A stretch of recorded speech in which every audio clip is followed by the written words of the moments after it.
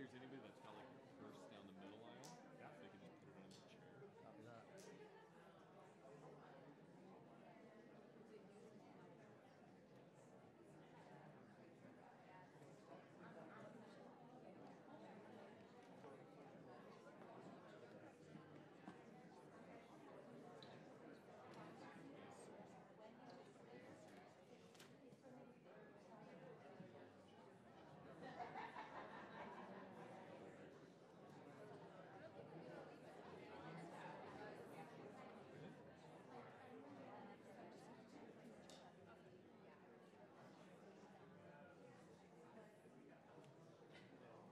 think they're going to roll it back in about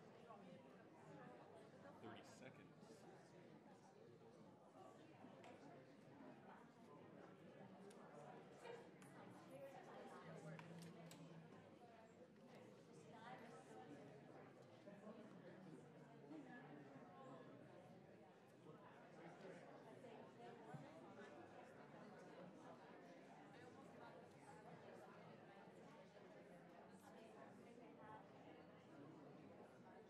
seconds. For me, racism means that we're separated from everybody else. Like I feel like I'm an immigrant in our own country. It's underlying. They don't say anything, but you know it's there. So I feel it. You know, I feel even when I'm in the building I'm at, I feel like a minority because it's all different cultures. Except you know, it sounds like it feels like they want us out of there, our native people. Well, in Montreal, you get a certain number of people who are worried about the number of immigrants in different countries, different shades of skin color and all this kind of thing coming in. I think it's a great shame because where integration happens in most parts of Montreal, it works extremely well. It's a happy city. There are enclaves, though, which need better integration at a speedier rate. People need to be willing to talk about it and not just kind of disregard it as, oh, we're not going to get into the race issue again, because once you do that, you kind of put it to the side, you sweep it under the rug, when just because you don't feel it yourself personally doesn't mean it doesn't affect other people in society. Qu'est-ce qui me préoccupe vraiment, je pense que c'est plutôt l'ignorance, la peur, et puis le manque de confiance entre nous les humains. C'est ça que je trouve qui crée, parce que je trouve qu'en réalité, ça n'existe. Le mot racisme, c'est un mot. Quelqu'un peut avoir peur de quelqu'un d'autre, c'est pas du racisme, c'est de la peur. Le racisme, c'est vraiment une idée de supériorité. There's this entitlement attitude where because we're born here, we're special or different than everybody else. It's just luck that we're born here or wherever. So embrace it and know that we're all here, we're all Canadians. I think the beauty for Canada is that we accept all people and give everybody an opportunity to be themselves, to worship their worship, to have their clothing the way they want to clothe it, and be respectful. I think it's the everyday racism that's the biggest problem. It means a lot to me because I'm always self-critical and thinking about how racism comes out of my mouth, even in ways that I don't want it to. And I can't imagine, you know, my awareness is only growing, and so that blatant racism goes that much deeper for a lot of people. And I myself am a very, very privileged white woman, but that's not the case for all of us. They should be teaching children, you know, it's not the color of a person's skin. The teachers, this is their job to do that. Don't look at a person's skin. It shouldn't be the color of their skin that should, you know, qualify them for even a job. Now, those are some of the voices from across the country that have answered the question, what are some of the most pressing race issues across Canada? Hello, my name is Leanne Young. Welcome, all of you, here to our home in CBC, Vancouver. A little bit about who I am. I am a huge CBC radio geek, as I'm sure many of you are. You are spending your Tuesday night here with us tonight. I'm, in fact, such a CBC geek in general that you can see me on television, on web, and on radio sometimes. I think mostly you'll probably see me nowadays on CBC television, but really excited to be here today to introduce a woman that I'm a big fan of, Ms. Piya Chattopadhyay. and we are here today to talk more about the most pressing issues of race across BC. Now, if those of you who tune into The Current, anybody tune into The Current? Yes, of course. Then you heard Anna Maria talk about the fact that they have launched a series of public forums called Facing Race, and they started in Halifax last week, and the final forum will take place in Montreal, hosted by Duncan McHugh, who's originally here from Vancouver, for those of you who know. Now, before we begin, I want to acknowledge the fact that this land and this event is taking place on the unceded territory of the Coast Salish peoples, including the territories of the Musqueam, Squamish, and Tsleil-Waututh nations. And today we are here to talk more about race and racism and how it shapes our experience in our healthcare system in BC. And there's lots to talk about, and I'm sure you guys will have questions, and we want you to have questions. And in fact, this whole thing is actually being streamed on Facebook Live. We're going to be taking all of those questions, and we're going to save them to the very end. We have a live Q&A happening. And so now I'd like to introduce all of you to our host for the town hall. Please help me welcome the host of Out in the Open on CBC Radio 1 every Sunday at noon, and also a regular host on The Current. It's not Friday, but she is here. Please help me welcome Ms. Piya Chattopadhyay.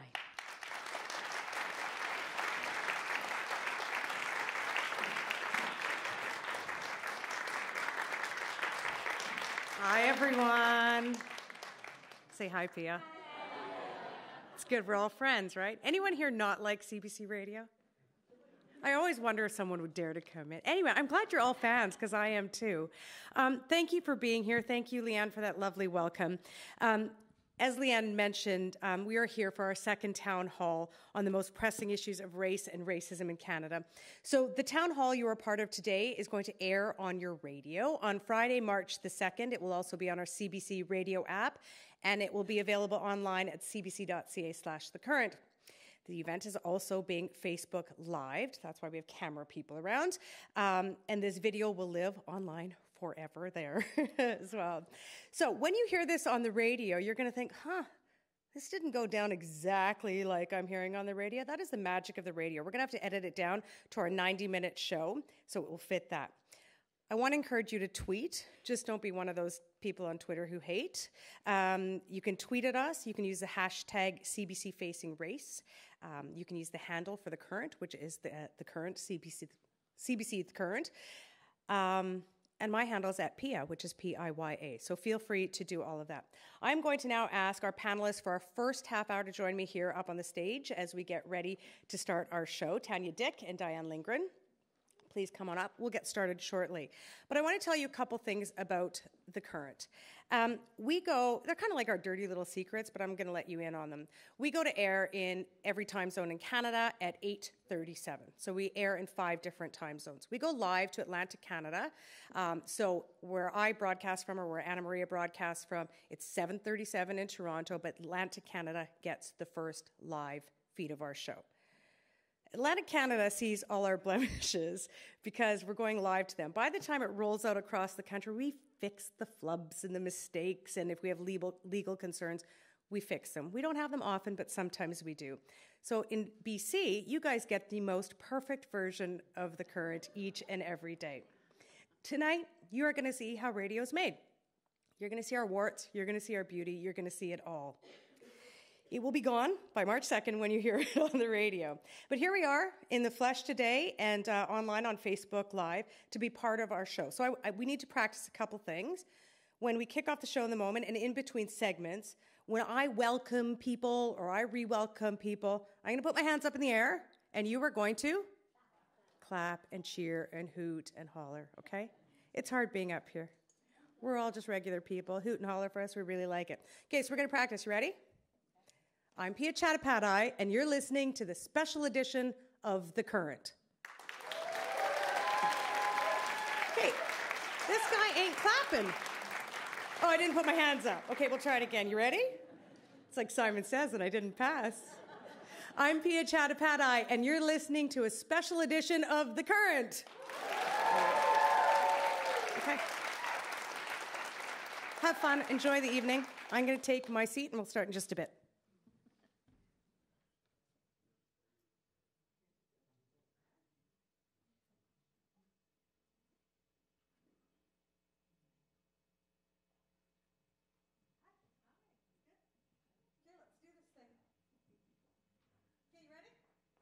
We'll let these few other people sit down. Thanks for coming, guys, on a Tuesday night. Appreciate it a lot. All right, let's begin our show, starting with Shannon McDonald, who is the Acting Chief Medical Officer for the First Nations Health Authority here in BC. One of the biggest challenges for me in training was to come face to face with systemic discrimination, and it happened every day. And I remember saying to my colleagues, the Indigenous people you see in the emergency room at the hospital are the sickest of the sick. You don't know the rest of the community. And I've had the experience of being judged for who I was when I was ill in an emergency room, that people had made assumptions about me. And my husband is a very sarcastic man. I love him. Who, when people are getting kind of snippy with me, will call me Doc. And things change. And that's so sad. Hello, everyone. We are taping the show in front of a live audience at CBC Vancouver. This is the second in a series of public forums we're hosting on racial identity and racism in Canada. Our first one in Halifax, hosted by Anna Maria Tremonti, focused on the legacy of anti-Black racism. Our third and final one is coming up in Montreal with host Duncan McHugh. And today, we're going to hear how race impacts healthcare here in British Columbia, but these are stories and issues that are playing out right across our country. You can find all of our stories at cbc.ca/thecurrent. First up today, we'll hear directly from two Indigenous nurses about the discrimination they not only witness while on the front lines of healthcare, but that they also experience themselves. In half an hour, we'll wade into the stigma of talking about mental wellness in some East Asian Canadian communities and hear what cultural sensitivity in psychiatry might look like. And after that, you'll meet the man that many temporary migrant workers call when they are afraid to go to a doctor because that could end up costing them their jobs and their livelihoods. And then it will be your turn to talk with us. We'll be hearing from you here in our audience today about your experiences and questions about race in the healthcare system. And if you are watching us on Facebook right now, we want to hear from you as well. So make sure you stick around for the discussion with our in-studio and digital audience later on. My name is Piya Chattopadhyay, and this is Facing Race, a special edition of The Current.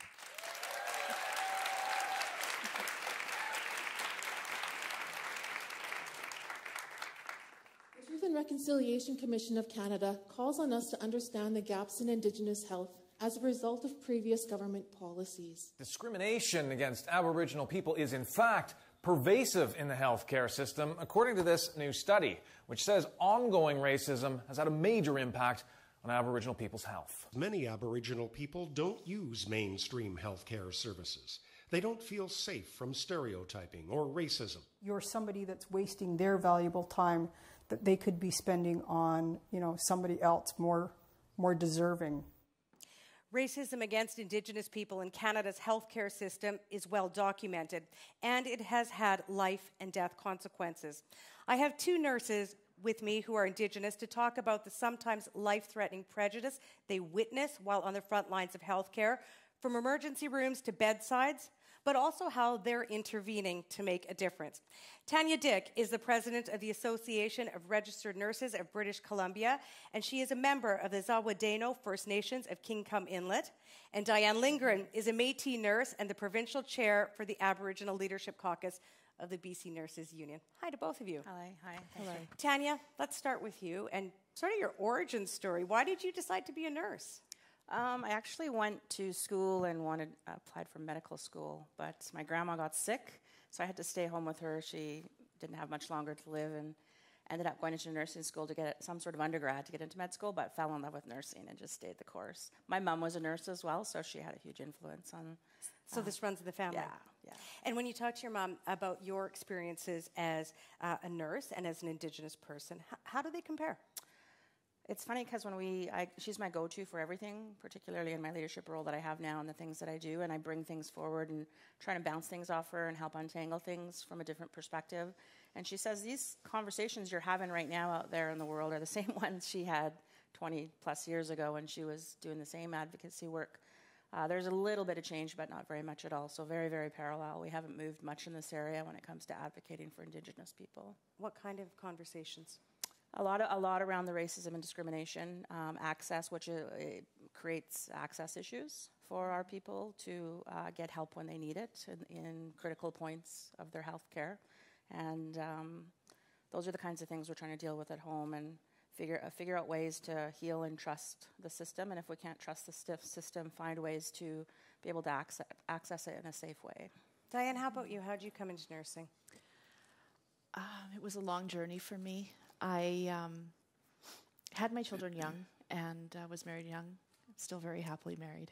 And I had always kind of made an arrangement with myself, an agreement that by the time my youngest son was in grade 1 that I would go back to university. I'd earned money before that, playing my violin, fiddling, doing all kinds of waitressing, bartending. So actually when Elijah was in grade 2, I managed to go back to school, and I'm married to this wonderfully supportive man that just did everything in his power to make my dream come true. And when you were thinking about going into nursing, and whether or not A, you would enjoy it, but B, who you are and what you could bring to it, did you, and if you did, how much did you think about the intersection of nursing and Indigenous health? Not even a tiny bit. It never crossed my mind. And now? It has eaten a hole in my heart. It makes me cry regularly. I've had issues with our CMP officers in the hospital that I work in, and I've begged them to not take people away in handcuffs. There's just such a huge discrepancy, uncomparable. You're an ER nurse, yeah? I do medical surgical nursing as well, and I do work in the ER as a casual. And so tell me about the experience, and maybe it's more than one, when you have had a patient come in to the healthcare facility where you work, and there's an RCMP intervention. What does that look like when an Indigenous person comes in and the RCMP are called in for whatever reason? So what it looks like is the same story over and over and over in my experience. We could have a non-Indigenous person that came in intoxicated, and that person can be quite lively and acting out and causing some problems. What I see happen with them is they're given food, told to settle down, and then they get a cab ride to one of the halfway houses or one of the the night places that we have that open up. Some of the churches open up spaces at night. With Indigenous people, I see the RCMP called. I see the RCMP handcuff those people. I see them handcuff their ankles to their wrists so they can't walk. They can't run away, so they won't be a problem. I see those people get taken away in the police cars, and I've often tried to intervene and explain that my patient is a residential school survivor. Please don't tie them up. Please don't do that to them. I will take them out. I will put them in your car. I'll put their seatbelt on. But no. I'm told by the RCMP that they are doing that for their own protection. It's hard to talk about, huh? Very hard, yeah. And I guess what must also be hard is that the call to the RCMP come from your colleagues. We all have colleagues. Yeah. And in your case, it's the people that you are working alongside with, helping save patients' lives, that are doing this. Yeah. And so what do you say? I try to educate. I try to come from a place of peace. I try to just gently ask questions and find out the reason for doing that. I get a lot of hate. I am a union steward at my workplace. My phone number's everywhere. I get phone calls, I get texts, I get Facebook messages. I get all kinds of things that come back to me. I get complaints put into my employer. It's really, really brutal. Because speaking up. and without going into the name calling and the denigration that you get, Yeah. they say these things to you because they think you're what? You're doing something wrong? What is the assumption that they're making? I am told that I'm prejudiced against white people. That's the basic explanation of what happens. Tanya Dick, give me a sense of the kind of racism that you have seen in patient care. Whoa. From a personal perspective, I just think about the Brian Sinclair case in Winnipeg back in 2008, the individual who passed away in ER after 36 hours. My family has a Brian Sinclair story. We brought my aunt and my mom's sister into Emerge. She had presented herself after falling in the bathroom. It was an unwitnessed fall, hit her head, was kind of staggering, a little bit confused when she arrived. We ended up having an inquest, and the ER form stated she was under the influence. So the 2H just assumed she was drunk. As we progressed, and this happened over about 18 hours, didn't progress to a higher level of care. Her head injury increased, and she died as a result of it. And I think when we went through the inquest and we looked through every point of care, she was seen by the physicians, the nurses, the care aides, the RCMP, the ambulance crew, back to the RCMP, back to Emerge again. It was 17 contacts with health professionals, and that incident wasn't caught. And every single one of them assumed in testimony that they believed she was under the influence of alcohol. So she didn't get the proper care she required. It was a preventable death, just like Brian Sinclair's were. And then I have the privilege and opportunity with the role that I'm in to travel throughout different communities, and particularly when I was working with the union, and everywhere I went, they had a Brian Sinclair story. And that was just so shocking for me. A preventable death, something that just assumptions were made, they didn't receive the care, adequate care they needed in the time they needed it.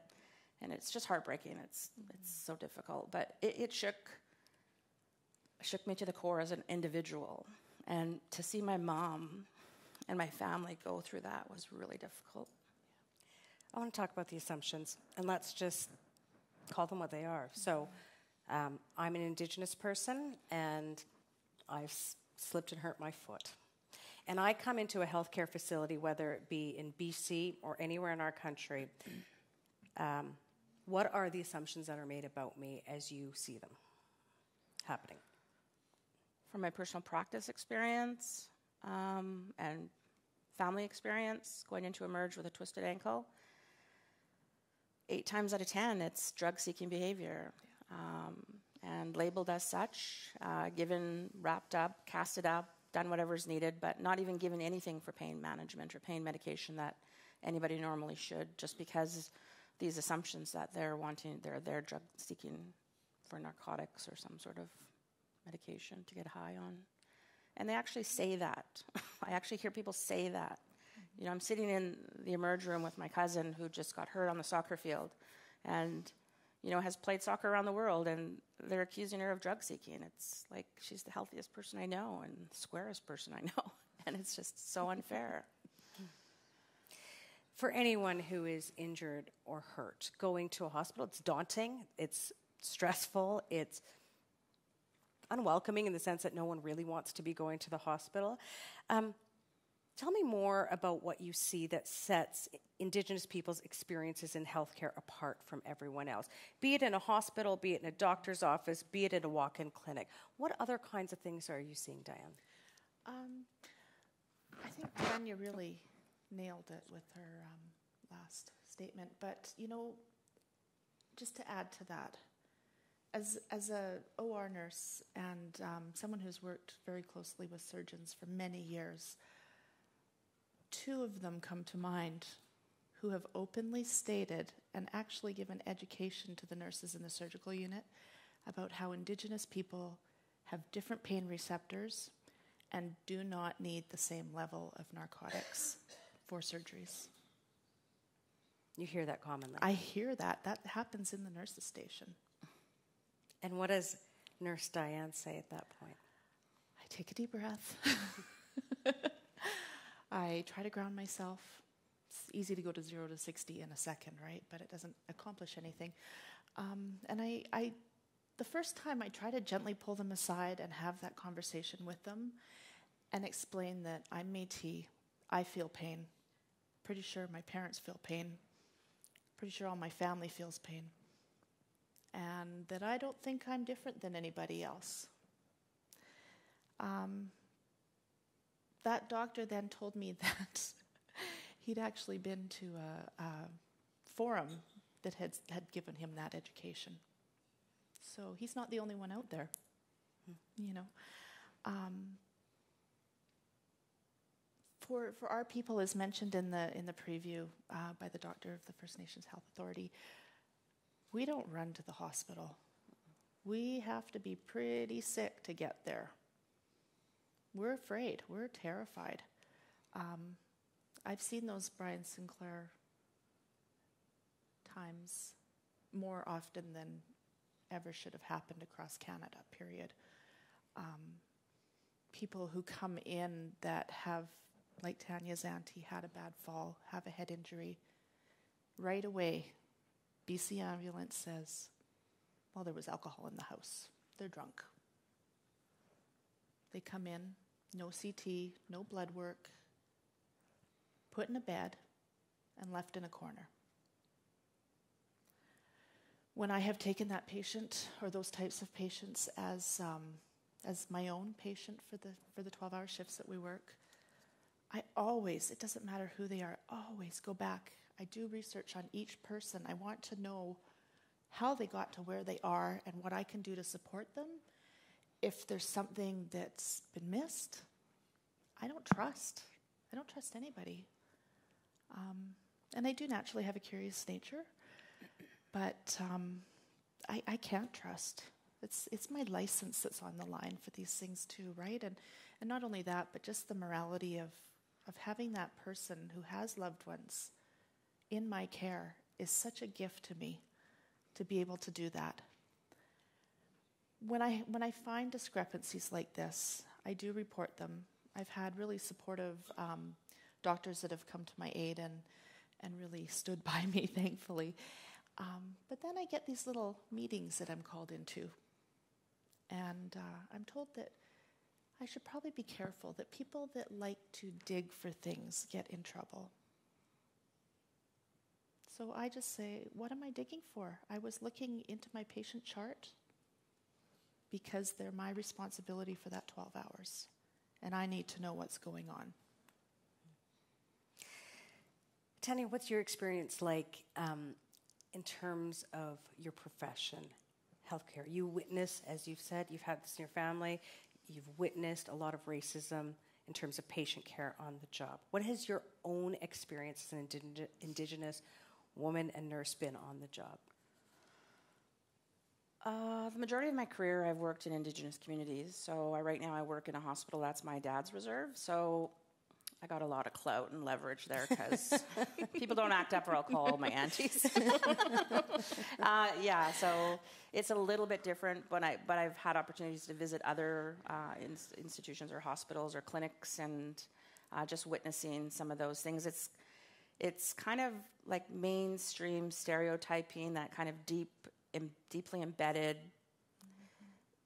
racism and discrimination throughout society that kind of seeps into the practice, but it's also the complexity and the health status of Indigenous people that we're so sickly in certain areas that piece is not even being looked at because of our kind of embedded beliefs and stereotypes that we carry within our day-to-day lives as a society. Mm-hmm. So it's kind of a bit complex, other than someone making a judgment or an assumption on them, but they're not even actually looking at the acuity, I guess, of the patient or the client, because like Diane said, it takes a lot for people to bring themselves into emerge for the most part. I work in my emerge department at home, and when they arrive, They probably should have been there 4 or 5 days ago, and we're playing catch up. And sometimes it's too late, and especially with our elderly and fragile people, they don't pull through, and they've waited too long. It has a huge impact on them. I don't know if that answers your question, but... And how do you process it, deal with it as a nurse? I'm fortunate in my workplace because it's a one nurse show at a time, and we have an LPN and a care aide, but really I have a leadership role within nursing in the province, kind of try and take that level to the practice level as well, lead by example. That bar has to be raised to a certain level for all people that come through that door, not just the Indigenous people that live in that community, and we have to role model that, and I spend a lot of my political career within nursing kind of trying to figure that piece out too. And I think if anything's going to change in this society, nurses are the one that can possibly do it. It's an amazing profession. They're the ones that are there in your most critical times, your vulnerable times. We're the ones that are there when you're walking out the door and you're on your feet again. And we impact individuals and their families. And we're one of the most trusted professions in this country. So I see nursing, and this profession is so amazing that I really see them being a role model for society to kind of turn things around when it comes to racism and discrimination across the board. So you're a full-time nurse, half-time activist, full-time activist? Full-time. You see the two as linked. You can't separate one from the other. Absolutely. And what about for you, Diane? How do those two things come together for you? They are one and the same to me. Just the advocacy for that needs to be done for our Indigenous people is so much greater than we could ever imagine. I just can't even describe it. It is absolutely overwhelming. Our patient navigators, for instance, they're kind of a separate entity, but they do phenomenal work and they work very closely with nursing. But there's not enough of them.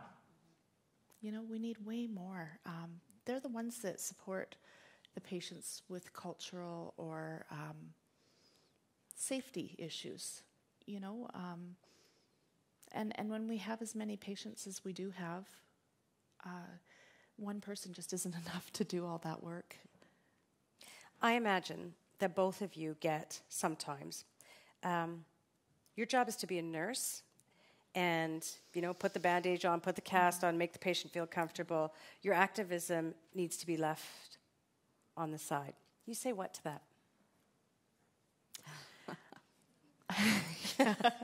I've been challenged on that a number of times, and I'm fortunate to have some leverage that I work in an Indigenous community that, from a preventative point of view, that those kinds of, you have to bring that advocacy into the workplace. And I think as nurses across the board and across the country, it is part of our practice. It's part of our scope. It's something that we sign off on our license that we're going to do in an appropriate manner for all people. Mm-hmm. So when people do challenge me on that, and I'm challenged regularly, that advocacy piece that I do within nursing and within the healthcare as an Indigenous woman, I have to let it roll off my back. I will respond, but I will continue as well. And how much room do you have in your position as a leader of a nursing association to advocate for change in Indigenous health?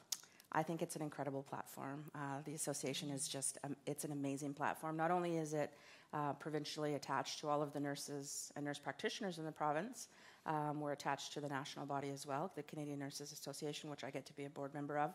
So I get to have that voice at that table in Ottawa as well. So we have that higher level because a lot of our healthcare service delivery is federal, but the trickle-down effect doesn't happen and come across as for the provincial level as well. So I think it's a great platform. There needs to be more of us. And I heard a good quote the other day where we were talking about buy-in through the jurisdictions and through nurses across the province around this issue.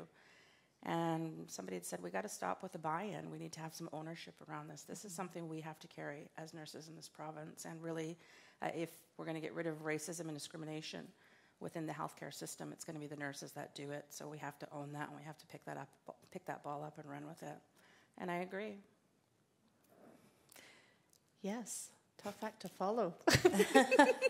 Well, I'm wondering, Diane, given that these things they just come together, who you are and what you do, they come as a pair.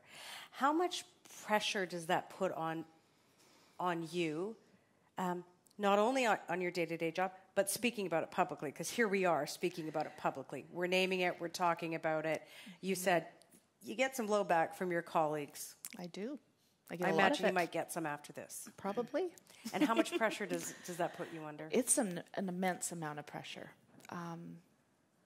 I have really good friends that I call on, and we discuss these things. I use our EFAP program all the time at work for counseling. I have to. I'd go absolutely crazy if I didn't. But yes, the advocacy and the efforts that we put into it is absolutely part of our provincial licensing. Mm-hmm. We do sign those oaths. We sign those contracts with our colleges to be that person. So I have a problem when people don't do that, and I have to be careful. I'm not afraid to talk in front of people. That's not an issue for me. I'm afraid of the backlash. That in your thinking might look like what? Again, the texts, the threats, the voicemails, the phone calls. I get it all. So, my youngest son said to me when he was about, I think he was probably 12 or 13 years old, he said, "Mom, you're going to get shot one day." That's pretty brutal. Just because I stuck up for somebody. I want to play a clip for you both. This is Nadine Carroll, first Indigenous female surgeon in Canada. Look at the smiles on your faces. And here she is talking about a First Nations patient's reaction when they met. An example, a patient walks into my office. She's a First Nations lady that's traveled the distance. And I walk in, and I ask her what nation she's from. She tells me, and I explain, I'm Anishinaabe, I'm from the other end of Canada. And she starts to cry. She just breaks down crying. She's, I don't know, in her early 80s. And she says, "I never thought I would ever see and come to talk to an Indian doctor. 8 decades. She goes, "You got to meet my grandkids. you got to talk to them. You got to come to my community. You got to tell them that this is possible." And so it's not there. So there's that element of it where that you just see this relief, sort of wash over her face. Tanya Dick, what are you thinking as you hear what Nadine Carroll is saying there? I was visualizing my last set of shifts back home, and the phone rings in the front, and then you have to walk through the trauma room and emerge room to the door to let them in. And then when they saw my face, they literally were jumping up and down outside the door, and it's so cute because as terrible as it is, they're just excited to see this brown face. They're excited to see one of their own, and that they weren't going to have to deal with or experience what they were afraid or assumed that they were going to deal with when they walked into the door to get help for whatever their issues were. And that happens literally every shift. So I don't know the answer. They say we want to increase numbers of nurses and physicians and healthcare professionals of Indigenous ancestry to help kind of project that. But that's part of it, right? But we've got to come at it from the other angle too, because I don't like people jumping up and down outside the door of an emerge department, but they should be happy to see whoever is there and feel safe and not have to worry about what they're walking into and have to say or not get help, and that's huge. And Diane Lindgren, when you hear what Nadine Carroll said, and when you go to work, because you are white passing, right? Yes. You look like a Caucasian person. People may not immediately assume that you are Métis. And so when you hear Nadine Carroll and Tanya say, people jump up for joy when they see people who are Indigenous being at the front lines of healthcare. That says what to you? It's immense, but it's a daily occurrence. It's nothing out of the normal for us. The community that I work in, I know a tremendous amount of people there, and if it's someone I don't know, I will say, it's okay, I'm Métis. I let them know because they need to be able to breathe.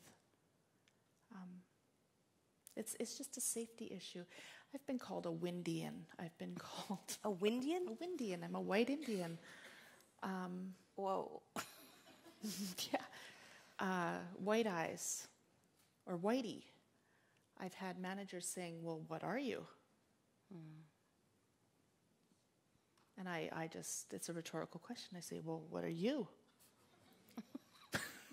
I'm a nurse.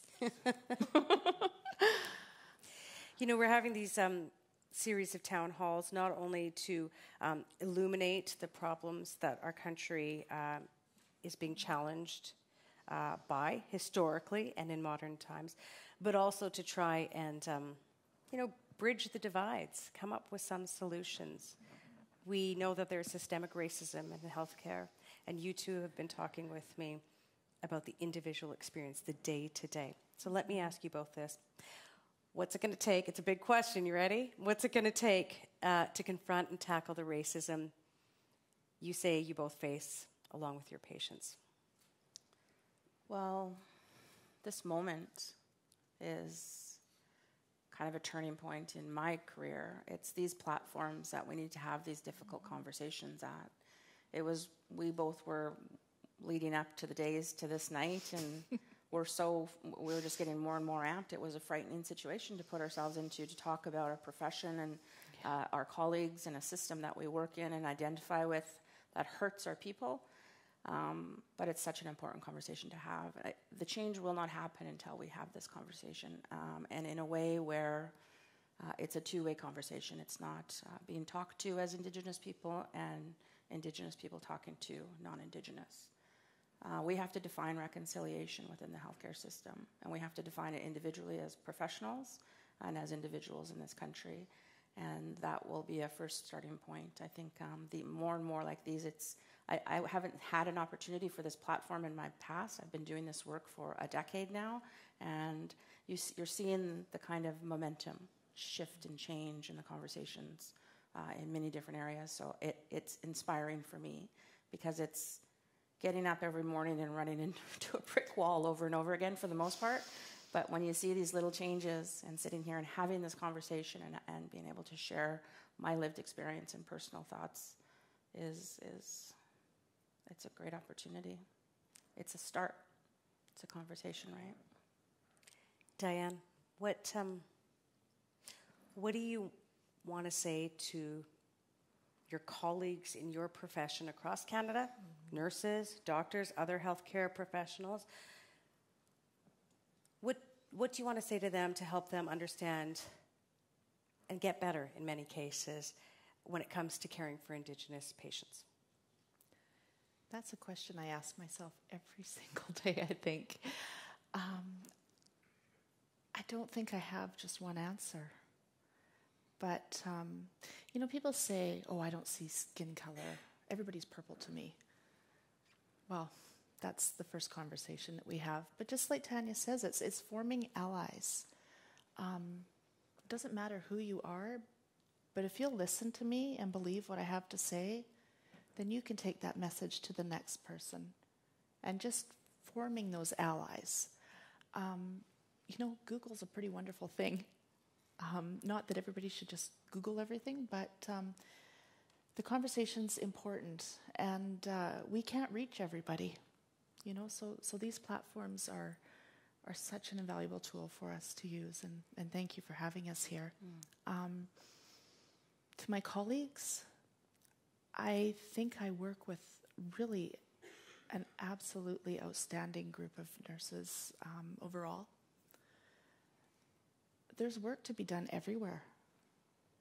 It's not just where I work or where I live. It's everywhere. And it's not just in healthcare. And I think that's a really, really important thing to note. Our people are abused by many different types of professions in BC and Canada. And the whole issue of racism is not just a Canadian problem. And I think that's really important to address as well, that to us it's a Canadian problem because we're here.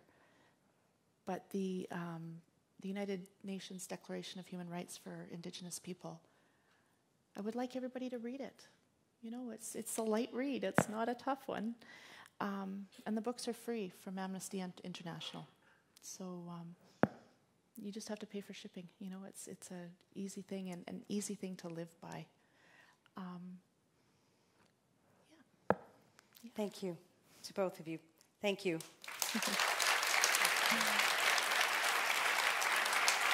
Tanya Dick is the president of the Association of Registered Nurses of British Columbia, and she's a member of the Zawadeno First Nations of Kincum Inlet. Diane Lindgren is a provincial chair for the Aboriginal Leadership Caucus for the BC Nurses Union. I want to mention we reached out to the Canadian Nurses Association to ask them about what they're doing to address conscious and unconscious bias in healthcare. They told us they're working with communities, federal and provincial governments to implement the Truth and Reconciliation Commission's health-related recommendations. The association also says, and I quote, Indigenous peoples can count on CNA's unwavering support for meaningful and continued reconciliation and in efforts to counter stereotypes and racism contributing to unsafe care and poor health outcomes. Thank you both. All right, a reminder to those who are tweeting about this public forum to please use the hashtag CBCFacingRace. Also, you can go to our website to see photos and videos from this public forum and read more about the stories you're hearing today. That is all at cbc.ca/thecurrent. Coming up, we will be talking about mental health in East Asian Canadian communities and why mental health experts are advocating for culturally sensitive psychiatric care.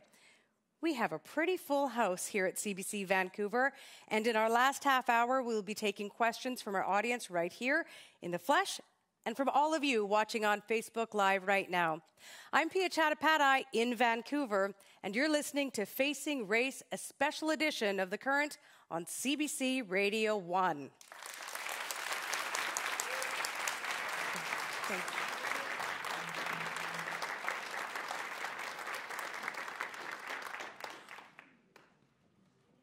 Good for everybody?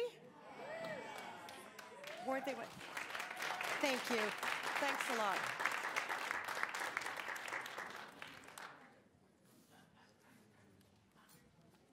Okay, so you're wondering, what do we do? We're setting up for the next thing. And I will tell you, this actually happens in real time, in real life, on The Current every day. So I'm going to set the scene while we're setting up our next guest. What happens? We are in a studio. If you have ever been accused of a crime and had to go in a police lineup, or if you've ever watched a crime show, you know there's the room and then there's the glass and then there's a bunch of people lined up. Well, we have a glass divider. The host sits in the studio with the guests if they're in there in the flesh or on the phone, Skype, or various other technologies which we use to connect with them. And the crew, the producers, the technician, the director, they're behind the other side of the glass. We have 5 minutes on The Current between what we call our first part. So that's a first block of show you hear every morning. We have 5 minutes. And that's when we switch out guests. That's when Piya, Anna Maria does not do this. She's better at this than I am.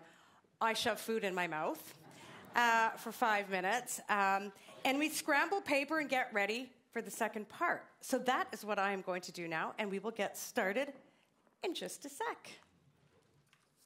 Hi. Hi, hi, hi. You ready? Yes. Okay, let's make some radio. Okay. Hello, I'm Piya Chattopadhyay. See? Director talking in my ear. I'm hearing you just fine, Percent. Thank you very much. You ready? Okay. Hi, I'm Piya Chattopadhyay, and you're listening to Facing Race, a special edition of The Current. We are in front of a live audience here at CBC Vancouver and streaming live on Facebook. And we'll be hearing from both audiences in just a little while during our town hall discussion. Before that, and still to come, we'll hear from the Vancouver man migrant workers call for medical help instead of taking a potentially risky trip to the hospital or doctor. But first, we're talking about something that's only whispered about in some communities, mental health and the stigma of admitting you could use a hand.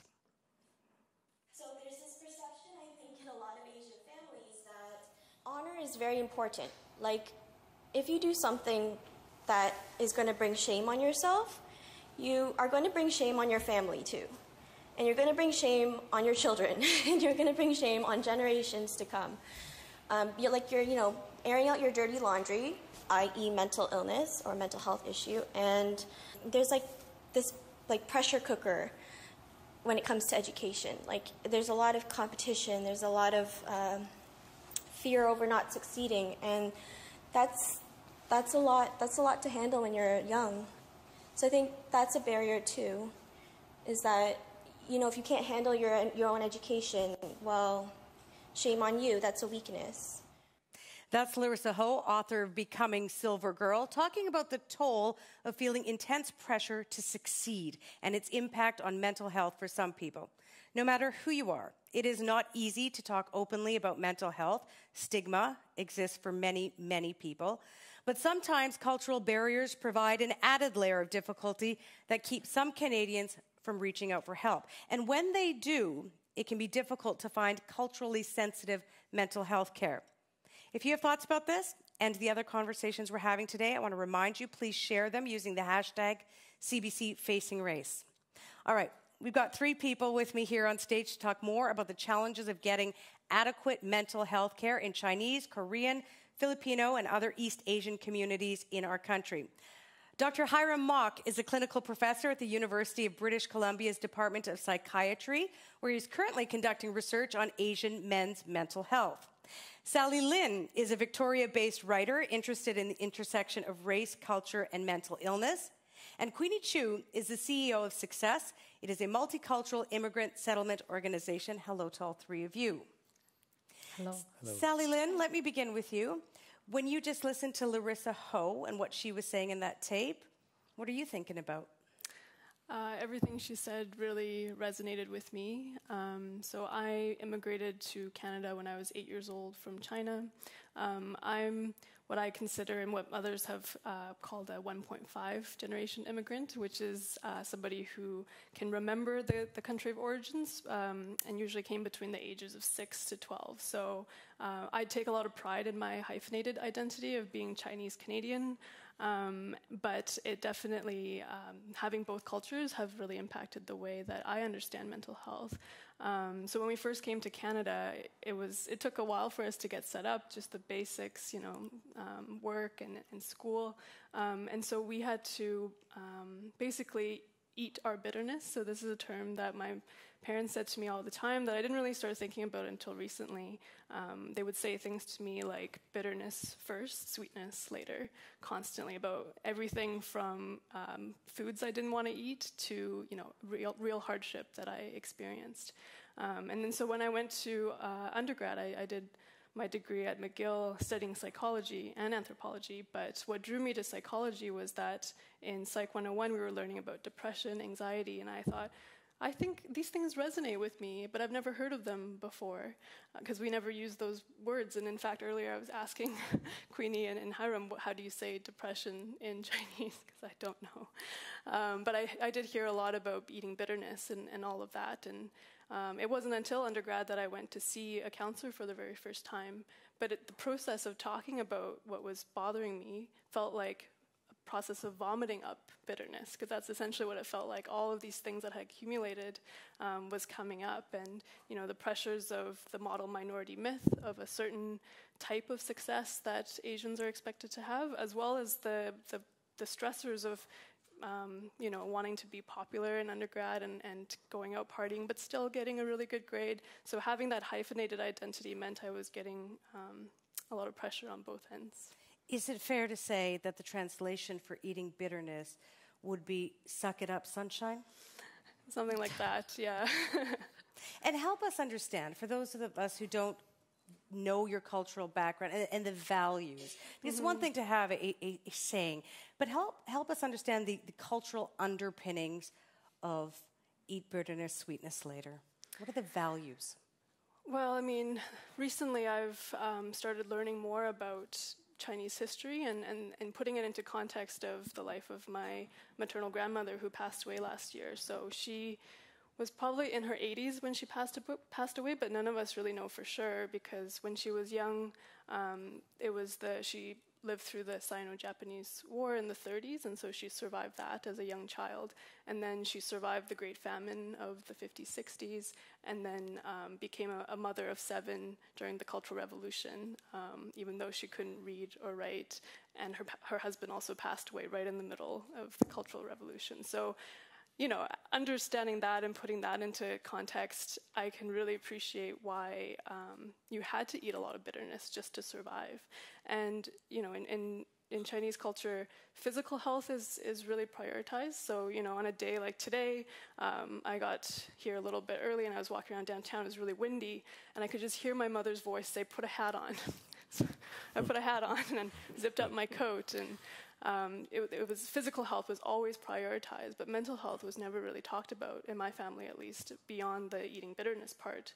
Because if you look at, you know, Chinese history in the last century, just basic survival was so important, physical survival, that being able to talk about mental health in this forum, I feel very, very privileged. So that saying of bitterness first, sweetness later, I feel like in many ways, compared to the childhoods of my parents and my ancestors, I am living a relatively sweet life because I have food, I have shelter, all the basics. And so for you, did you ever look for help in the mental health system? And when you did, what was going through your mind, given that this was not something that was spoken about in your home and in your larger community, let alone probably for you, not sort of processing it like, I could have a mental health issue that I need to get some help for? Yeah, I mean, realizing it is the first step. And for me, it was literally finals, second year. I was studying for a course that I had to memorize what anxiety was. And so I was memorizing it, you know, making notes. And I was like, I don't need to memorize this. I am experiencing it right now. Or a panic attack. And I'm like, okay, yeah, panic attack. And I'm like, I think I'm having a panic attack. I should probably go see someone. Actually, I didn't have that thought originally. It was one of my white friends who was going to see a counselor. And I saw her as a really strong person, someone that, you know, even though she's white, I would say she is very good at eating bitterness. And so it connotates a certain level of respect. I thought, oh, she's going to see the free counselor at the university. Maybe I should as well. But the process was really awkward because I got there and I was like, so what, do you talk first? Do I talk? Like, how does this work? But after university, you know, a lot of mental health therapy, it's not very cheap. It's quite expensive, actually. And that brings in another element, too, of, you know, feeling like, is this valuable? Is spending this money on myself as opposed to, you know, the values of saving your money or supporting your parents or extended family? I felt pretty selfish. I actually had to call my mom. I was like, Mom, I'm going to see a therapist. It's not covered. You know, it's like $100-some. I feel really bad about this. And I had to basically get her blessing to say, no, it's okay. You can spend this on yourself. You know, it's not bad that you're not saving this money or investing it or whatever. When you told your mother, hey, Mom, I'm going to go get some mental health care for myself, what was your mom's original response to you? She was quiet for a little bit, and then she said, you know, she loves me a lot, and she's obviously sacrificed a lot. She was a nurse in China, and she couldn't practice here. And so she sacrificed being close to her family, you know, for me. And I think a lot of immigrant parents do that. And so when I hear anything about any immigrant parent anywhere, I get really emotional. And so she, after thinking about it for a while, she said, well, whatever will make you happy, whatever is good for you, and, you know, you studied psychology. She thinks that because I studied psychology, I should be a psychologist or something. Obviously, it doesn't work like that. But she's like, you just do you know, whatever makes you happy. So, but I didn't tell her. I definitely did not tell her how much it cost, like the exact amount. You know, that's between. Queenie Chu, I'm curious how familiar Sally's story is to you. Well, this is a very good question because my personal story, I'm also an immigrant 38 years ago, you know, came to Canada when I was young. And definitely I can identify being a parent, and Sally describing the parents. But to me, because of the stigmatization of mental, in Asian community, we don't call it as mental health because mental health at least is health, but rather in Asian community we talk about mental illness.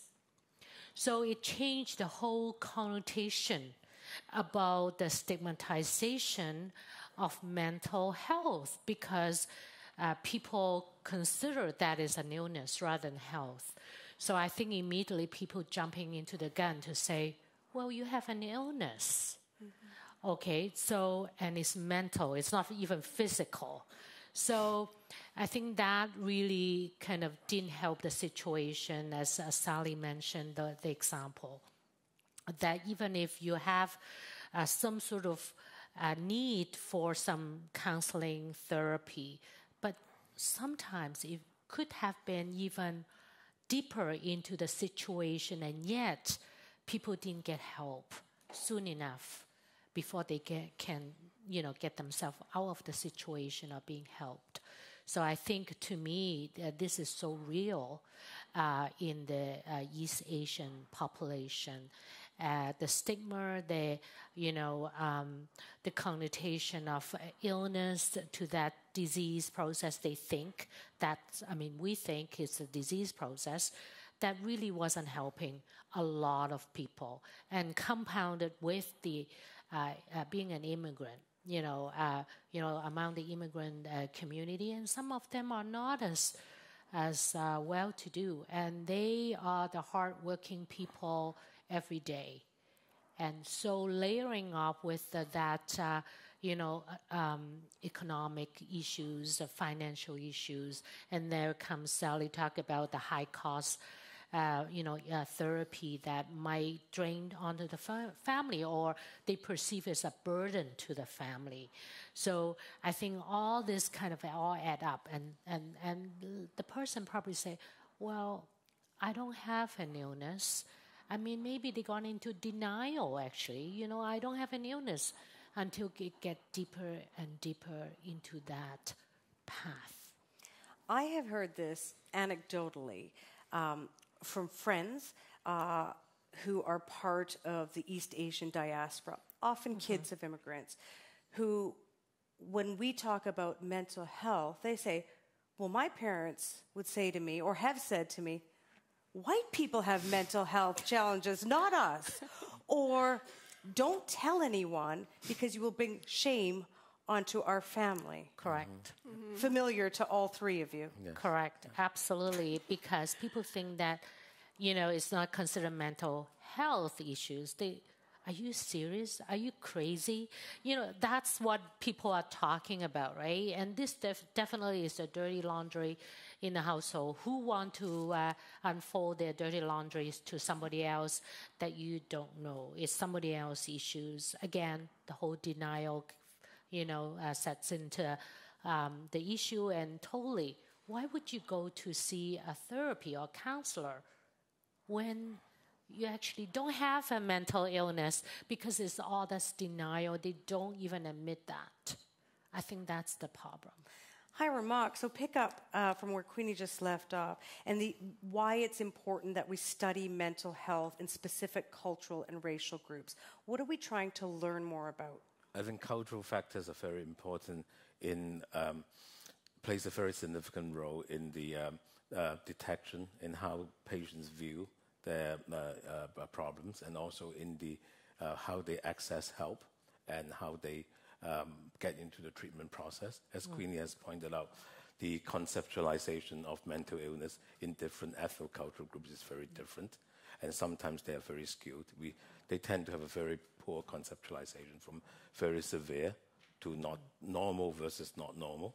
So it's not over a spectrum, from depression that we see every day in my practice, which affects 1 in 5 Canadians in depression, 1 in 5 Canadians, and it's 5% of Canadians have depression, to very severe in schizophrenia, right? And then we have different shades of gray in between. We have bipolar illness, which is manic depression. We have eating disorders. We have personalities. We have everything in between, right? So most people don't understand that, right? So we equate normal versus abnormal. We have that. And then we also have what Sally has just brought up. There's the collective loss of shame there's also the culturally valued traits like stoicism and tolerance. And if you go and get help, it's seen as weakness, right? Why can't you pull your socks up, right? You've got to eat the bitter fruit. And in Chinese, we also talk about Mingwen. It's a life of destiny. You've got to rely on your destiny, right? It's your destiny. And I have had patients who have come to me for psychotherapy or been depressed, and the wife actually came to me, and the husband cheated on her like 3 or 4 times, right? And there's nothing much that she could do to salvage the relationship, but she wouldn't leave the husband, and because she believes that she has got a predetermined life of hardship, and this is it. She's married to the guy, and she would not, she can't leave the marriage because she's stuck, right? That sort of thing. So there's not much. Is there a danger, though, Hiram, in veering into cultural stereotypes while trying to provide appropriate, and in this case, culturally specific care? Yes. There can be some pitfalls. So one needs to be be able to ethnically match services, gender, and language specific services in that sort of thing. I just want to add to that too, because I think in my personal experience, some of the therapists that I've encountered have kind of taken on a colorblind care approach. I think the nurses were kind of talking about that a little bit, where they basically treated me like a young white woman, and a lot of the recommendations that they provided were just not terribly applicable to me. Like what? Telling me to do breathing exercises, to go to yoga, and certain things. I can't go to a yoga class without thinking about cultural appropriation. I just think too much about these kind of things generally to be able to breathe. It actually elevates my breathing. But that's just me. I think it does help a lot of people. So for me, I kind of had to take things into my own hands, where I thought, okay, I'm spending X amount of money on therapy. I'd rather, come to Vancouver, go to Richmond, go for dim sum, eat some congee, because that's actually what makes me feel comforted. And I don't want to make light of it, because it's I think cultural practices really do ground us in a way. And I wish, my dream is to walk into a room for a therapist to really see me and not to avoid the issue of race. I think a lot of therapists, especially white therapists, and most of the therapists I've encountered have been white, don't want to talk about it. It's an elephant in the room, and so they really dance around it. And I think that there should be more training maybe provided for these therapists to know how to talk about it, because I feel like as a patient, I don't want to have to explain certain things to them. How feeling like I'm perpetually a foreigner, perpetually seen as a foreigner, how that impacts my mental health. Or like I was mentioning earlier, the model minority myth of how, when I was in school, everyone in my class expected me to do really well in math, but when I said I wanted to try track and field, they said, no, Asians don't run. Like, why not? I have legs. And when I wanted to try for the javelin team, they thought it was really strange, because I should be this. And that obviously had an impact on me, those expectations. But I shouldn't have to teach those concepts to the therapist, because if I did, they should be paying me $100. Queenie Chu, in working with community members and within your community, what have you learned about the impact and the link between culture and mental health from your work? Well, actually, we've seen them every day, in terms of, especially for migrants who came here as refugees. I still remember many of them actually suffer a lot from their traumatic experiences. And, I remember in the 70s where the boat people from Vietnam who came and arrived in Canada, many of them, lost everything in their livelihood, including some of their loved ones. So, just imagine for a minute how much trauma they have went through before they landed in a place in Canada. And not only that, I think that very often is, again, the cultural aspect, the language barriers are so amazingly important. I would stress that, because these are the people, are the unspoken ones. And they are not able to communicate whatever they have in their mind, and never mind about having some interaction with the therapist. Certainly, the cultural barrier, the cultural practices, for example, they don't have eye contact. Does not mean that they are rude. They just maybe feel ashamed of themselves. They might be thinking about something else, but it's not being rude to the interactions. The fact that they are very anxious or panicky in certain ways does not mean that they don't look after themselves. I think that very often the Asian population in general, I'm just generalizing it, that people are very mindful of how they're being perceived. So I think that's kind of, again, how to get over that hurdle of, being perceived. I have people wanted to look good in front of everybody and wanted to excel in school. That's the expectations of Asian people. What do you mean you can excel in math? Why couldn't you go and study medical school? Why couldn't you be an engineer? But remember, that's not for everyone, okay? So I think it's the expectation of oneself that laying on them and causing those conflicts in a situation. And also another thing I like to actually bring up is also the cultural aspect between the first migrant or first migrant parents to the second generation of people who came and raised and born in Canada. It's the cultural clash right there and then. Sometimes it's difficult for people even imagine. At home, you speak another language, you take up another cultural practices, But when you're in school, you act differently. I'm sure, Sally, you felt differently, when during your upbringing. And I think that's very important to understand those people and the children, how they're being raised, understanding the culture, how to integrate into our Canadian living without losing their heritage. I remark, given what we've been hearing, how well is our healthcare system, and specifically our psychiatric care system, to consider these cultural differences? I think most of our psychiatric services have cultural competence services that have ethnically matched, psychiatric services for patients. And certainly culturally competency training is part of our services for that regard. And we recognize that cultural factors are very important in the assessment and training of our therapists and caregivers. But we need more. We certainly do need more. There's still a long way to go, right? Yeah. And I think that, Queenie brought up a very important point. The first internal conflict is that actually coming to you for help is a loss of faith for the family and for the patient. So you need to acknowledge that fact and to be honest and be open and to be curious to find out what their culture is about, what their meaning is for their symptom, and try to explore around and build the alliance and see what you can do in terms of trying to help them, right? You are studying right now. Yes.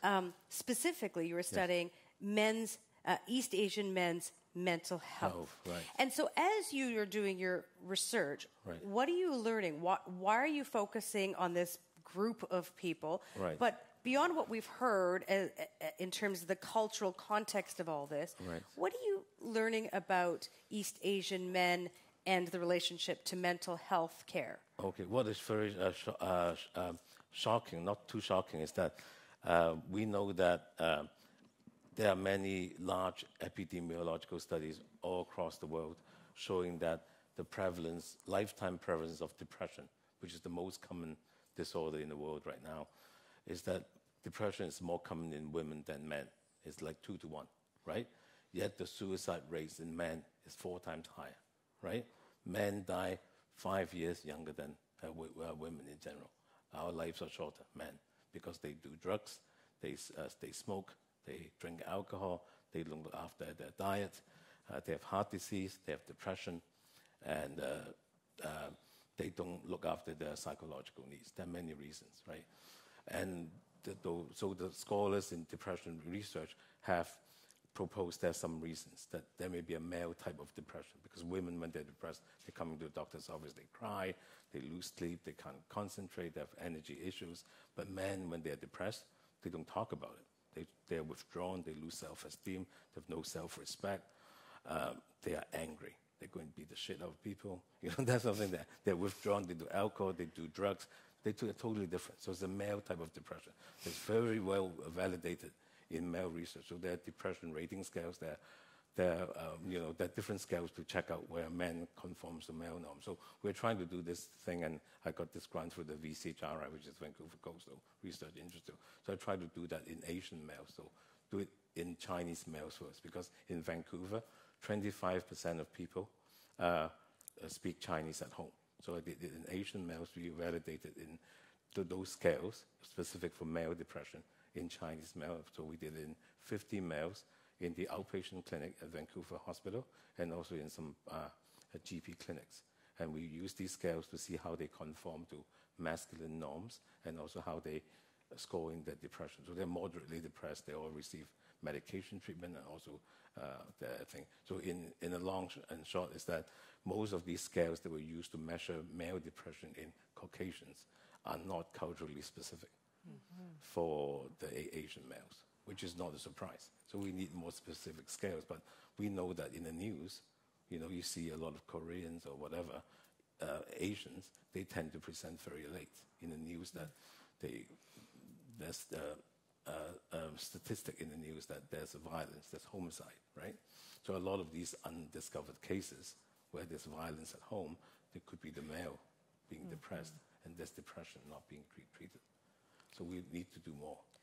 Right? I'll be curious I think the next, after your study, is to do it on female. I think, yes. And I think the female actually are in a different situation where, traditionally men goes to work and female left to be bringing up the role of, bringing up the children. And it's another type of stress, I think. Certainly, I kudos to your study. But I think the next phase, we could do it on women and see how that is going to interact, what kind of findings will be coming out from that study in terms of what environment should be for the home people, raising the family. I think there's another stress too. Oh, definitely. Let me ask you this, Queenie, because you have worked for a long time in your community. And we've talked about the barriers to accessing healthcare, being language, cultural stigma. And so my question for you, working with Success, is how are you trying to change that through Success? That's a very good question, and thank you. Certainly, there are different ways of handling the situation. We do run our counseling services. We actually fundraise for that because I know Sally talked about how expensive they are doing therapy. So we actually fundraise for that. And we're actually looking at different situations, and progressing whether it's appropriate to do individual or family or the group. Because very often in the nation population in general, there are also 3 generations living together or 2 generations living under the same roof.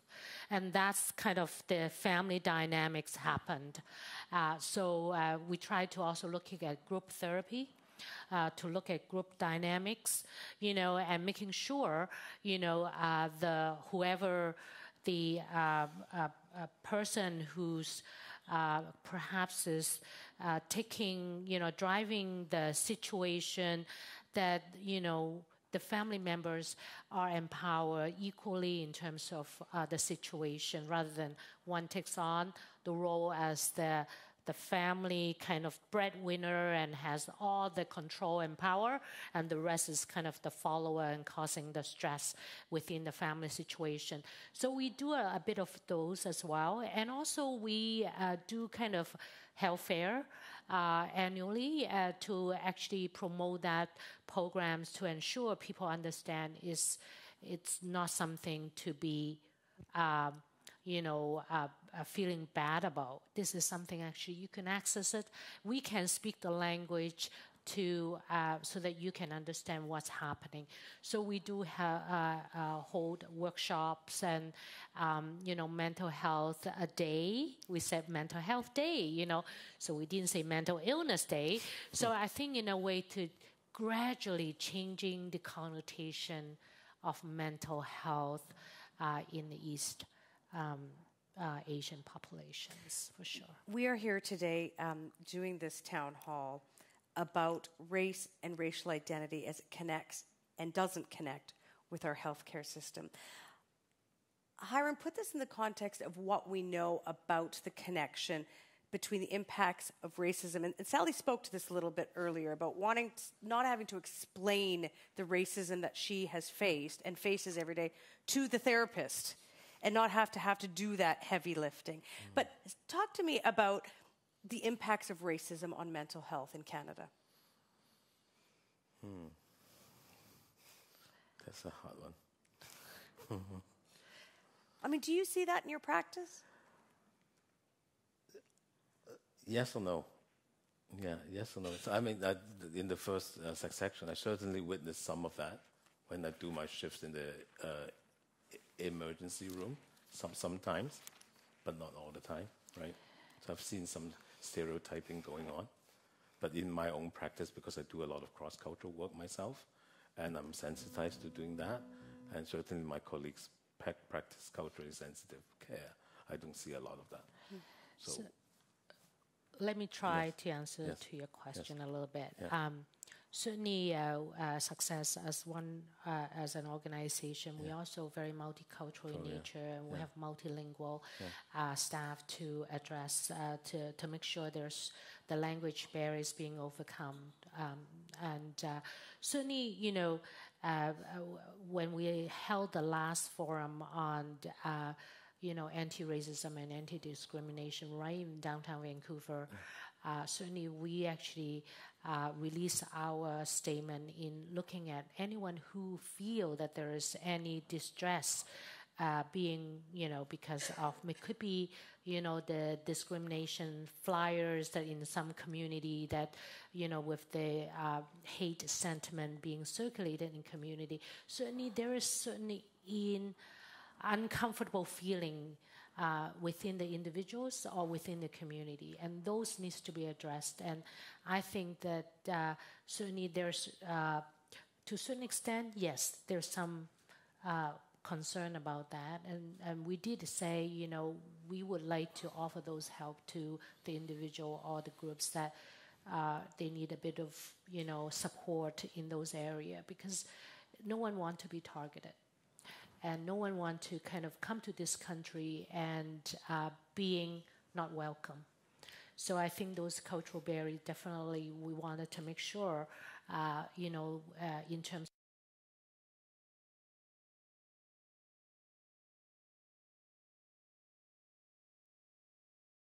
worry about going into further mental health situations. Yeah, I just want to add to that there's also an urban-rural piece here where when we first immigrated to Canada, we immigrated to Treaty 7 or Blackfoot territory in what is now known as Calgary, and then we moved up to Treaty 6, Edmonton, Athabasca. So Athabasca is a town of about 3,000, and at the time we were one family out of 65 Chinese people in town, and there were 15 other Filipino women. And so I think when we were in our 2.5 years living in Athabasca, this really rural town, was very different than when I've lived in Vancouver. And I feel, people in Vancouver and big cities should feel very lucky to have services like Success and to have access to psychiatrists like you, Dr. Hiram Mock, and your colleagues, because in rural areas, any type of healthcare is really hard to come by. And I also want to add that, as East Asians, we have a certain level of privilege too when it comes to race. So my friend in Athabasca, her family, her mom is Filipina, and she was often mistaken by some of the white people in town for Indigenous. And to her, it was, it was crazy to think that people would not see that there was a difference. But in a small town, people don't have the same level of knowledge. And I mean, I don't know what it was like for her mom to live there, but for us, even as East Asian families, we experience overt forms of racism that I haven't experienced in bigger cities. So there's obviously more overt forms that we hear about on the news that are increasing now to distressing levels, but they're always kind of this underlying racism, institutionalized racism. We will have to leave it there. Thank you to all three of you. Appreciate you being here. Dr. Hiram Mock is a clinical professor at the University of British Columbia's Department of Psychiatry. Sally Lynn is a Victoria-based writer interested in the intersection of race, culture, and mental illness. And Queenie Chu is the CEO of the immigrant settlement organization Success. All right, coming up next, we are going to take questions and hear from you in our audience here at CBC Vancouver and through Facebook Live. And a reminder, if you are tweeting about this public forum, please use the hashtag CBCFacingRace. I'm Piya Chattopadhyay, and this is a special edition of The Current on CBC Radio 1 from CBC in Vancouver.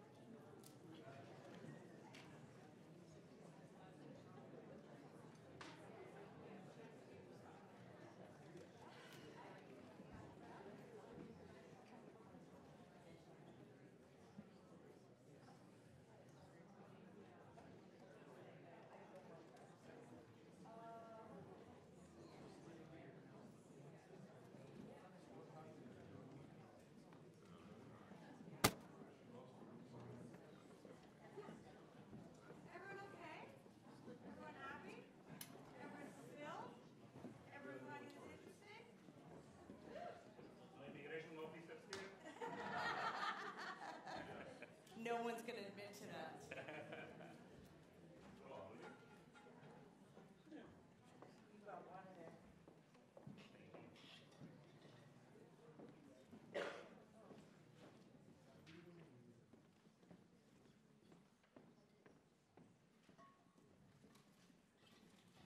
Okay.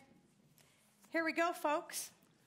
I'm Piya Chattopadhyay in Vancouver, and you are listening to Facing Race, a special edition of The Current on CBC Radio 1.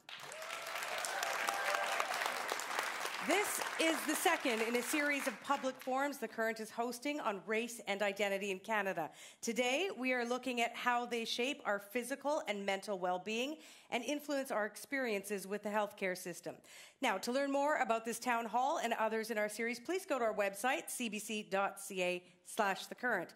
In just a little bit, we'll be hearing from you here in our audience in Vancouver and through Facebook Live. But before we get to that, we have one more conversation to have about the challenges of healthcare access for migrant workers like Danny. Hello, my name is Danny. I'm from Caribbean. I have been here 9 months.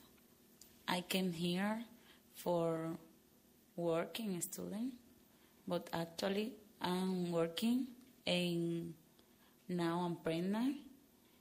So I need help because I'm not feeling good. I'm bleeding, yeah. I don't have medical coverage because I applied already in Speak, but they didn't answer my request.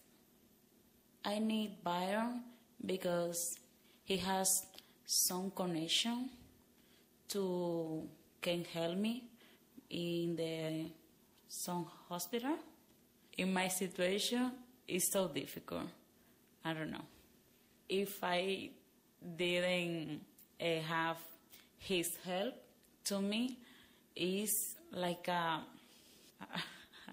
can't believe my situation. It's so difficult because I'm alone here. I don't have any help. The city is so expensive. I can go to the hospital by myself without medical insurance. That is Danny. She is here from the Caribbean, and as you heard her say, she is pregnant. And the man she goes to for help is Byron Cruz, an outreach worker with Sanctuary Health here in Vancouver. It is an organization that helps migrant workers navigate a sometimes precarious healthcare system. Many undocumented workers in Vancouver call Byron's cell phone instead of going to see a doctor. They're often afraid of doing that because their names might be turned over to border officials. But there's also another group of workers in BC who've been calling Byron's phone. They are seasonal farm workers who've come to Canada with a legal work permit, and many do have health insurance. And yet, they still call Byron. Byron Cruz is here with us now. Hi. Hello. We just heard about Danny. How common is that kind of situation? It is very common. I was just texting with Danny. She cannot hear us today because she's working. She's working 14 hours today. But it is a common situation. How often does your phone ring from people like Danny? Less now. It used to be more. It used to be like many phone calls per day. But it's not just my phone anymore. It's our collective. Our collective. People from our collective gets many phone calls. Then all the phone calls has been distributed between different members of the collective. And just so I understand this correctly, Byron, there are people who are working here in Canada legally. They have their work permits, they have health insurance, but there is a waiting period before that insurance sometimes kicks in. Is that right? Yes, there is no illegality in working. Working is a human need, it's a human activity to survive. And yes, people who come here, for example, we are talking about temporary workers who come to work in the fields. They might have a private insurance, but the private insurance might not cover pregnancy, might not cover, actually when they go to hospitals, we had situations when, like a situation where a migrant worker went to a hospital in Abbotsford, and the only thing that he had was a private insurance. And the hospital said, no, we don't take it. And he said, but I don't have money to pay. And then they call RCMP. No, they call Abbotsford Police. Abbotsford Police show up. And then, fortunately, another advocate was called to come. And she came to help the migrant worker. And, yeah, the officer said, yeah, I don't have nothing to do with this case. It's like he has a private insurance. He will probably pay later. And that is these common situations, like in terms of the seasonal workers come with a private insurance. In terms of temporary migrant workers come, they have the right to MSP, but they might take 3 to 6 months to get access to MSP. And so, no matter what the situation, but for those, I mean, I shouldn't say that because there may be a delineation, but for people who have health insurance, right, who are coming here to work in Canada, what is the disconnect for them? What are they afraid of in calling for help through official channels?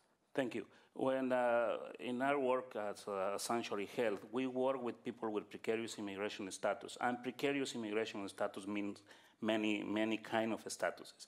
It can be the migrant worker that comes with a working permit, but doesn't have the MSP right away.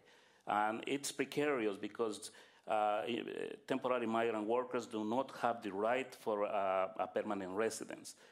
Temporary workers do not have the right to work with other employers. If they are abusing the farm, they cannot change to another farm. So when they come to work to Canada, the employer that hires them, they have to work for that employer or leave?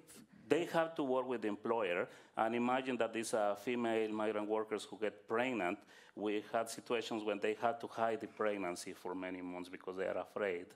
And also, we have people who get injured at work. The only thing that they use is the Tylenol, the aspirin that the grandma put in their backpack when they came to Canada, because they are afraid of going to the hospital, because the owner of the farm will know that they are sick or they got injured, and for sure that this will have an impact, and next year they will not come back because the owner will say, oh yeah, you get sick too often. And that's nothing compared to the different abuses that are happening in the farms. Having GPS, migrant workers have a GPS in some farms where they had to turn on the GPS every morning. They had to mark when they go to pee. This count at the end of the season. This come in the summary, and if they went to the washroom many times, they are not allowed to come next season. So the migrant worker who is here for, say, 8 months of the year goes back to their home country. Yes. That employer has the right to hire them again or next year. And what I think I'm hearing from you is that you're saying if a migrant worker, I don't know, breaks his leg at work, working in the fields, he or she doesn't go to the hospital to get health care. Well, depending on the farm, but in many farms, they are so afraid to do it. And we had situations on the farm. This was a different story. Was a migrant working playing soccer who had a fracture and then the physician asked him to, he needed to be immobilized for a few weeks. Have a cast. Yeah, have a cast. Then basically he said he refused. He said, sorry, I don't want it. I don't want it because if the owner of the farm realizes that I'm using it, he's definitely going to send me back home. And then he was on pain medications for a few weeks, trying not to show his pain. And this was a farm where the owner beat one of the workers, and the worker dropped a tomato, and he came. It was not the owner; it was the manager who came and beat him on the face because dropping a tomato. Then 40 workers working there were so afraid of denouncing what was going on at that farm. This is Canada. And so when they call you, Byron, and say, Byron, I slipped, or I was playing soccer and I broke my leg and I'm too scared to go to a Canadian hospital because of all the consequences that you have, potential consequences that you have spoken to, what do you tell them to do? Well, it's very scary. If it's a phone call, we usually get, we ask people to send us picture of the injury. And I recently sent to CBC one of the fingers that had a nail that went through the finger. And the worker was so afraid of going to the hospital because hospitals are also point of entrance to Canada Border Service Agency. Many physicians, many specialists in the Vancouver coastal health area call CBSA when there is a worker who cannot pay for the service. We had situations where surgeons, anesthesiologists have called immigration services when a woman goes for having a labor in the hospital. We have proof of that. We will be calling sometime soon the College of Physicians to make all these denouncements that are happening in the Vancouver coastal health area. I got to say that there are some people listening right now who are saying, Byron, you seem to be talking about things that we hear about in the United States, not in Canada, that people aren't seeking care in our healthcare facilities because they are scared that they will have an immigration official show up at their door. Definitely. There is so many people who are afraid, and with a lot of reasons. Hundreds of phone calls went from the hospitals in Fraser Health Authority a few years ago. They called immigration so many times for workers that were injured there. What for? Just because there is a law, there is an internal policy that allows them to repatriate workers if they are too sick. What is about? Where is privacy? Where is the confidentiality? 10,000 migrant workers come to BC every year, and they are not respected. The confidentiality is not respected. And then we had a campaign against Fraser Health, and Finally, we are happy to say that in our last report since January last year, officially no phone calls have been gone from the hospitals, the 14 hospitals of Fraser Health to Canada borders. We hope that that's not going to happen again. If it happens again, they will hear from us. Okay, I want to play a bit of tape from you. This is Harsha Walia, community organizer here in Vancouver, and she says the migrant worker program was designed with specific, certain goals in mind. The migrant worker program actually started, its kind of genesis was that it was workers from the Caribbean that were brought into Canada, and particularly because Canada wanted people to work as cheap laborers but didn't want to change the whiteness of Canada. And so the migrant worker program has its roots in this philosophy of white Canada forever, and particularly in anti-black immigration policy. And even though, now immigration policy is not as explicit in its racism, like you won't see those words anywhere, but the intent is exactly the same. The intent is to, I would argue, maintain the power of whiteness in this country while ensuring that racialized people, particularly black and brown people, are in Canada, but only under position of subjugation and to perform labor and then be removed. Byron Cruz, Harsha Walia was saying that this system that we have of migrant workers is, and she has a strong opinion, is based on just having people here temporarily and to preserve the quote-unquote white identity of Canada. When you hear that, what do you think? Do you echo what she's saying? I definitely support her statement, and this is a system of exploitation, and they know that having brown people like us, we are coming with lack of rights to unionize. We are coming with lots of fears because we have been oppressed and repressed in our countries, and here we have been oppressed now, and we don't have the voice. Because if the migrant workers raise their voice, they will not come. They will not come next year.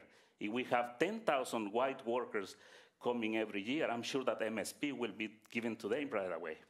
So when your phone rings, and as you said, the calls have gone down, but you still get a number of them. What do you tell these migrant workers?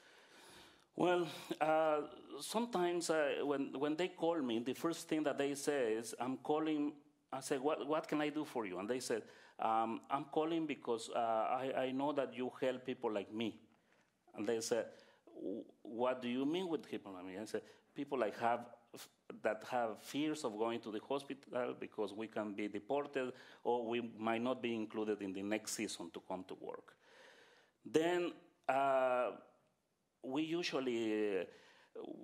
are always terrified to see what the situation is, right? If we have someone who had an injury, who needs emergency right away, we are always clear to people. You need to go to emergency, we might accompany you. And then we start asking our collective members to see who can accompany them to the hospital, at least for the hospital to see that someone is behind them supporting, right?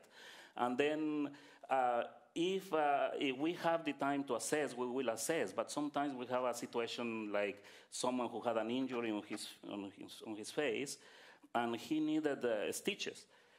We couldn't find a nurse who could do the stitches. It was 3 hours, 4 hours, and trying to find a community center that could do it. We were told, no, we cannot do it. And then a member of the collective who is a veterinary guy, he said, if no one does it, I will do it because I had done that on the cows before. And then for sure he will do the best job. But fortunately, a nurse practitioner called on time as well, and he went to a community clinic. But many practitioners tell us, sorry, Byron, I cannot do it in the clinic. I cannot do it during my shift, but I will do it after my shift. Oh, Byron, sorry, I'm having my dinner. This guy with the dislocated arm, and then he said, sorry, the doctor said, I'm having my dinner, but ask the guy to come near, and I will help him. The guy went to behind the restaurant, and his arm was returned to his place. Then this is Canada. Then when I see that and many people ask, is that legally? Are doctors doing this legally? Of course, if they are helping people, if they are preventing death, if they are preventing something to go wrong, they are totally on the legal side, right? And there is nothing illegal about that. It's like a harm reduction, right? When the society realized that there were hundreds, thousands of people dying on the street, they were not doing anything. But suddenly harm reduction, the activists of harm reduction came strongly and said, we need to save lives.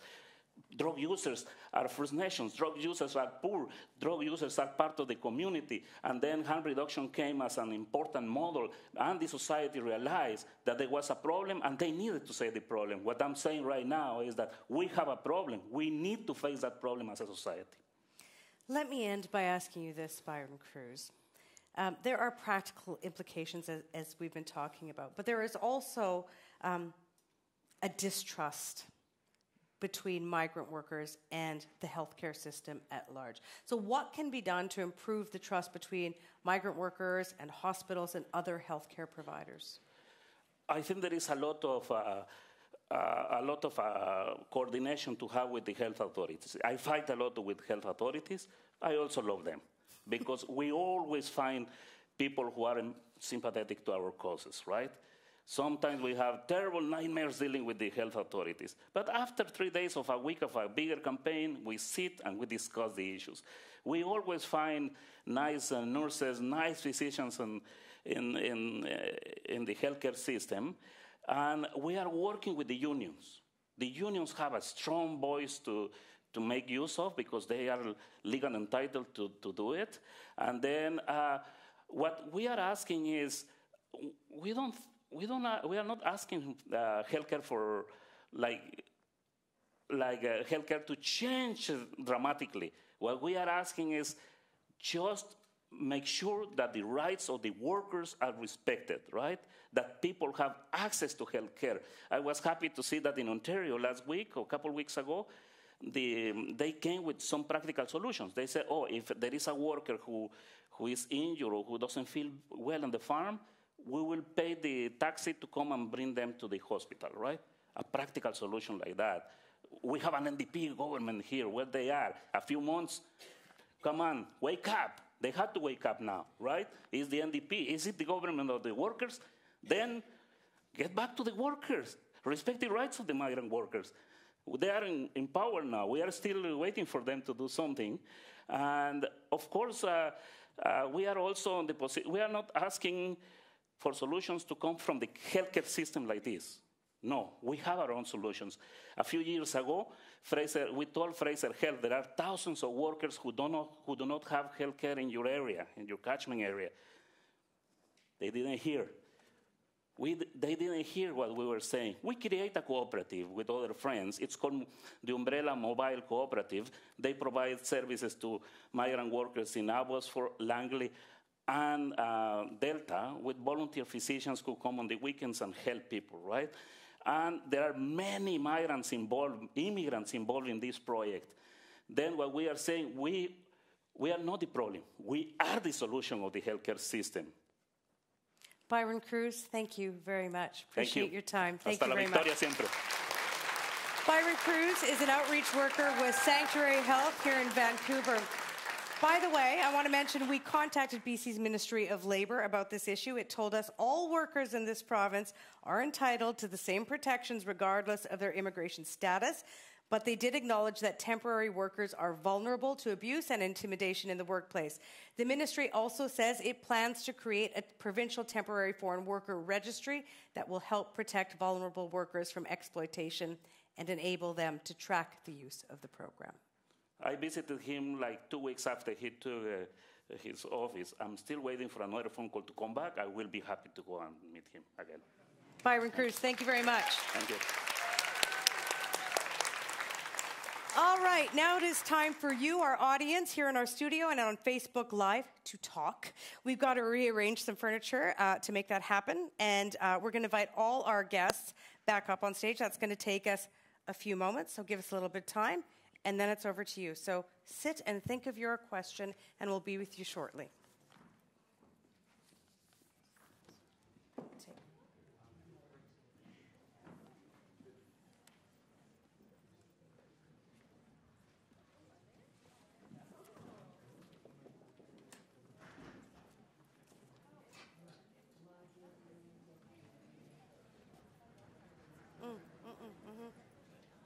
can you grab my laptop?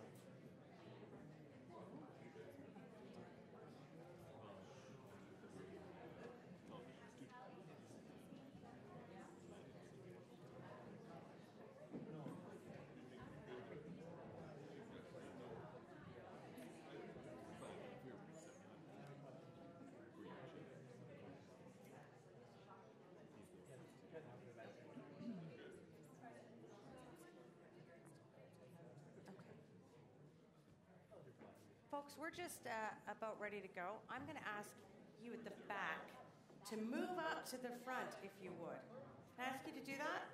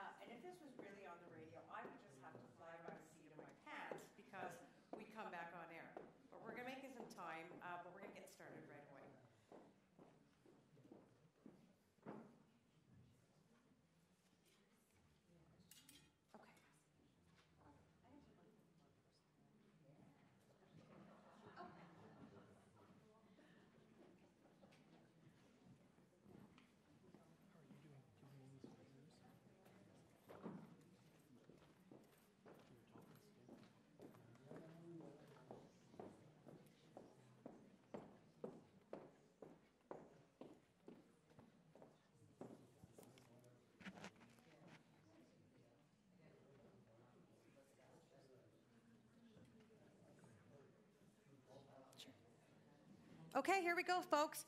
I'm Piya Chattopadhyay, and you're listening to a special edition of The Current. All right. All right, now it is time for you, our audience, here in our studio and on Facebook Live, to talk. We have arranged our furniture. We have all our guests back up here. I would ask the people in-house here that if you would like to say something, please look for our CBC colleagues on either side of the room. They both have microphones. If you're joining us on Facebook Live, please post your questions in the comments. And I would ask for those in the room and online to keep your questions brief so we can get to as many as we can. And please be sure to tell us your name before you ask a question or share your story. So does someone in the room here have a question or a story to share? Perfect. Hi, my name is Jade Morales, and the two first panels that we had brought up something in my head. I have been a mental health patient, and I have been fortunate enough to have the support of my family and be able to access the system. However, in my group therapy, I did observe certain races, especially Aboriginal people, that didn't have the exact access to the support. So for example, when this individual was having a crisis, the only number he could reach out was 911. Because ambulances and mental health service, psychologists, and all of this is not an essential service. So he had to deal with a cop who would probably put him on handcuffs and take him to prison instead of being able to go to a hospital to access this help. And going back also to the fact that the psychiatry system in Vancouver is really amazing, and we're fortunate to have that. However, again, not everybody's going to have the access to these systems, especially not counseling, where you need to talk your problems out. And this is not covered by the MSP system. So what happens with those people who are like different races, who are in the lower brackets of society, who cannot afford this? What is being done in the government and by activists? How can we as citizens participate to change this? Tanya, why don't we start with you? Good question. I just think about the practice at home when we have people, we fall under the federal program for health services, for non-insured health benefits that are not quite MSP, that don't cover psychologists. Some psychiatrists work, but like you said, the access isn't the same. That disparity is there through policy and legislation and budgets. So those things can very easily be changed. I think, and in all fairness, when it comes to mental health, and I think all of us can agree to it on this, all the panels, is that work needs to be done across the board. That, yeah, there's the disparity for Indigenous people and vulnerable populations, but in particular Indigenous people, but I think the general population, we have to figure out the mental health system overall. Those gaps are huge, and a lot of the society is falling through them. I don't know if that answers your question. Do we have a question over there? Go ahead. Just wait for the microphone to come your way.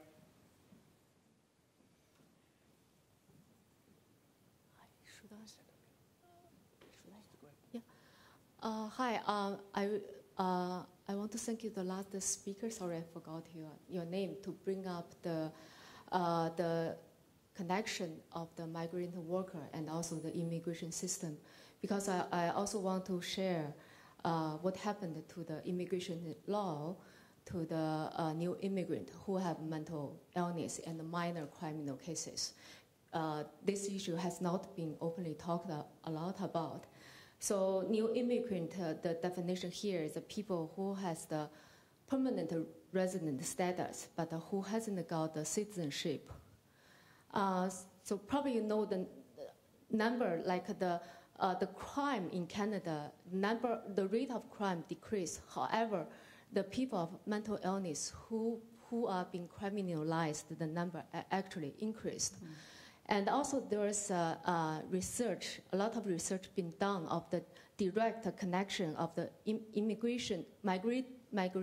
migration experience with mental illness, especially psychosis.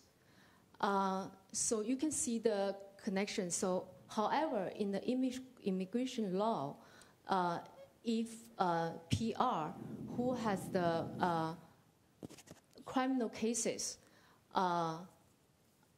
6 months, the threshold is 6 months. Minor criminal cases, 6 months. they are supposed to be deported and without the right to appeal. So I just want to bring that up to the attention that the discrimination of the people with the color and new immigrants, also existed in the immigration law. And the CBSA is the only high government institute who doesn't have any oversight. So a lot of tragedy and mistakes happen because of this no oversight, and also because of the discrimination in the immigration law. And the top 4 countries that people were deported, they are people of the color. So there's a lot of research and a lot of interconnections. Yeah, you can see from here. I just want to share this information. And also, I have one question for Dr. Mark. In your research, I also want to know what's the difference of the East Asian man within the East Asian man, because I feel your conversation is more talks about people from China background, but East Asian is also a big area. So I want to also know the difference. Okay, our research was just... So it's one comment and one question. Thank you. Well, that research was only limited to Chinese males attending the clinic. So they were just Chinese males, not anyone else. We were trying to do it in other males, other Asian males like Punjabi and Persian males and other males. So we have to translate those scales into other different languages. And Byron Cruz, you want to say something? Yes, thank you for the comment. I also want to say that personally, we are always anxious about the mental health system. We are always careful when we talk to psychiatrists and the mental health system, because that we know that there are many situations where people went into the Mental Health Act, and when they went into the Mental Health Act, the government takes power over them, and CBSA is so happy to deport them back to the countries. We have many situations from people from Africa who were facing terrible situation in Africa. They came here, they faced post-traumatic stress disorder, other conditions. They somehow ended in the mental health system, and then under the Mental Health Act, where they lost all the rights, and then CBSA deport them back. And then they are probably facing even horrible situations there. And what we have been insisting is that the mental health system should have access without fear principles. They should not be contacting immigration services as well. Okay, I want to take a question from Facebook Live. This comes from Jocelyn Lehman on Facebook, and her question is to Diane Lindgren and Tanya Dick. Here's Jocelyn's question. What would you like a young person considering nursing as a career to know about the calls to action and reconciliation? Diane. I would like them to acknowledge the territory that they're on daily, to do their best to educate themselves, and whether that's through reaching out to someone like Tanya or I. We do a lot of work within the universities and the colleges in BC, between the two of us, I know that. And, I just ask for allyship, understanding, patience, and allyship. I think the work that the Truth and Reconciliation Commission did with their final report it's an amazing framework. It's laid out for all of Canada to follow. I've always felt it very important for individuals in this country to define reconciliation for themselves as individuals and as professionals, and what does that mean in their day-to-day life, whether it's personal or professional. And utilizing those frameworks to move throughout their practice and role model what's in there, because it's not for the Indigenous people to do, it's for Canadians to do. Mm-hmm. It's for all of us to do. Thank you. I want to mention a response we got from the RCMP about some of the ways, Diane Lindgren, you had said earlier that you said your patients have been treated by them when we were talking earlier in our show in our first half hour about Indigenous nursing. Here's part of what the RCMP has sent to us. In any interaction with the public, RCMP members are guided by the RCMP's bias-free policing policy, which is based on the principles of equality and non-discrimination. Bias-free policing means equitable treatment of all persons by all RCMP employees in the performance of their duties in accordance with the law and without abusing their authority, regardless of an individual's race, national or ethnic origin, sexual orientation, and so on.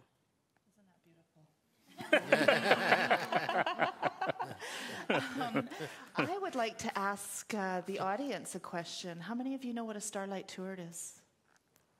So we're seeing a few hands go up. Okay. Would the rest of you like to know? Yes. Okay. Starlight Tour is when you're an Indigenous male, female, usually males, I believe, my education, or my time with us. You're picked up by the RCMP. You're stripped of your belongings, sometimes your shoes, sometimes your coat, always your cell phone. You're driven far, far out of town in the middle of the night. You're dropped off, and you're left there, literally, to die.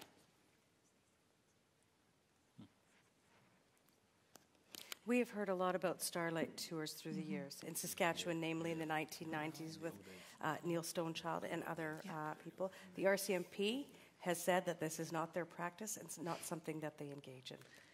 We are going to leave it there. We're going to take another question from the floor. Who has a question here in the audience? And if you could just tell us your name and then ask your question or tell us your story. Sure. My name is Jeff Iabonte, and I'm a mental health clinician and have been so in Vancouver for the last 17 years. I want to thank the panelists for your wisdom in recognizing the importance of your voice and your bravery in sharing your voice.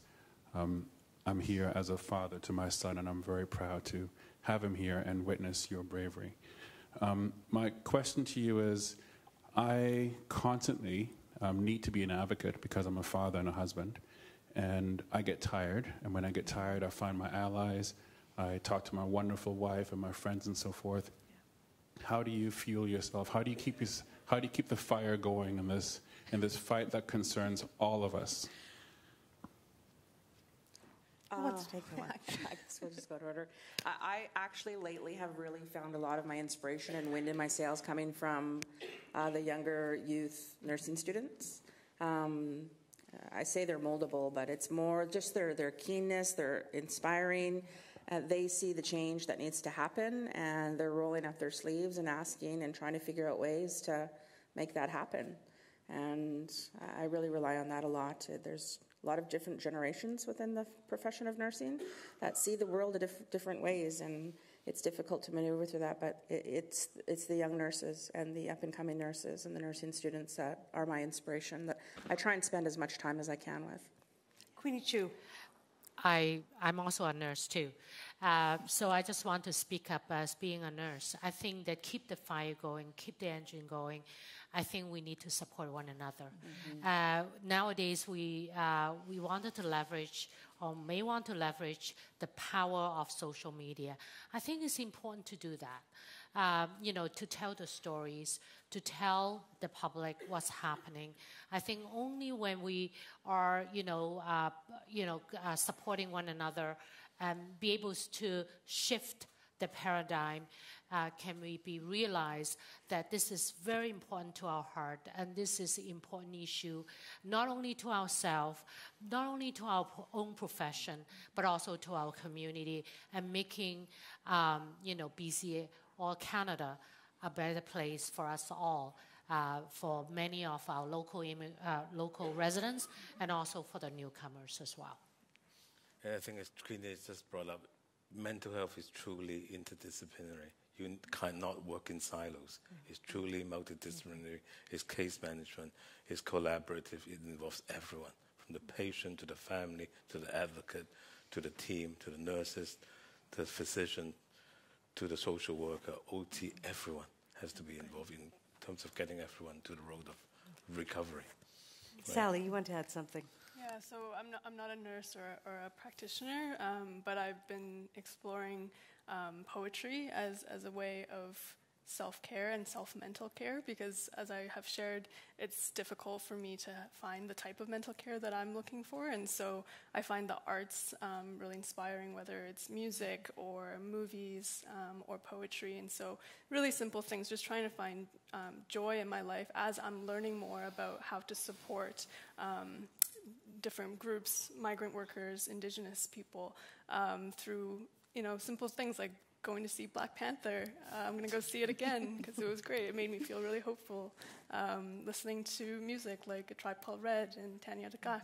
We have so many Indigenous musicians who are just doing so well. And so when I feel down after reading about the news, Colton Bushi, that was really a tough weekend. I needed to balance that out a little bit in my own life, and so I listened to Lido Pimienta, who's really uplifting music. So things like that, it's we have to build that into our lives if we want to make this sustainable as individual advocates. Okay, I want to take another question from our Facebook Live. This is from Carly, and this is I will put to you, Dr. Mock. What efforts are there in Asian culture, Chinese, Japanese, Korean, etc., in recognizing PTSD, post-traumatic stress disorder? What efforts? Right, there are many different efforts. There's VAST. We have the victims of survivors and torture here. We have a clinic here in Vancouver. There are specialized treatment groups. We also have an occupational stress injury clinic here in Vancouver. There are different specialized treatment centers for veterans, for firefighters, for different ethnic groups with PTSD. There are skilled therapists. There are group treatments. There are individual treatments. We also have special groups in Vancouver for people with survivors of victims of sexual abuse, right? Different sorts of treatment. So specialized treatment. It may be hard. There may be a wait list to get into different groups. Some people are very specialized in their treatment. Yeah. All right. We have another question from the floor. We have time for about one or two more. And please tell us your name first. Hi, my name is Sarah St. John, and I just had a question to open to anyone to comment about the intersection between race and class, and especially in thinking about health, in access to being able to be healthy. I'm particularly thinking about health and safety at work and the right to a healthy workplace. The Minister of Labour says everyone has the same rights, but obviously your ability to enforce those rights, your rights in principle, are very different than your rights in practice. And so I'm wondering about that intersection between class and race, and particularly thinking about the migrant issue, the migrant worker issue, and access to health and safety at work. Okay, why don't we start with Tanya Dick, and then we'll go to Byron Cruz. Intersection between race and class. As it pertains to healthcare. Particularly health and safety in the workplace? From an Indigenous lens? Or just... I think when it comes to work and safety, for me, whether I'm in the hospital or in the clinic or doing outreach, just being Indigenous actually increases those work-safe issues. And the protections that I have to take as a nurse in the field or in practice are not the same steps that other nurses that are non-Indigenous have to take. So it definitely affects practice. I don't know if that answers your question. That's a big question. Byron Cruz, do you want to add anything? I'm not so sure if I can answer that, but what I can say is that there are a lot of changes needed in terms of the rights of migrant workers as a class of workers that has been oppressed, as a class of workers who have always not taken into account when they talk about minimum wage, right?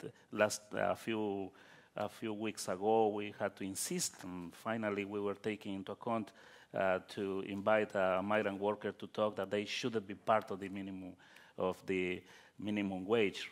Finally, they were taken into account, but we know already that minimum wage is nothing significant, right?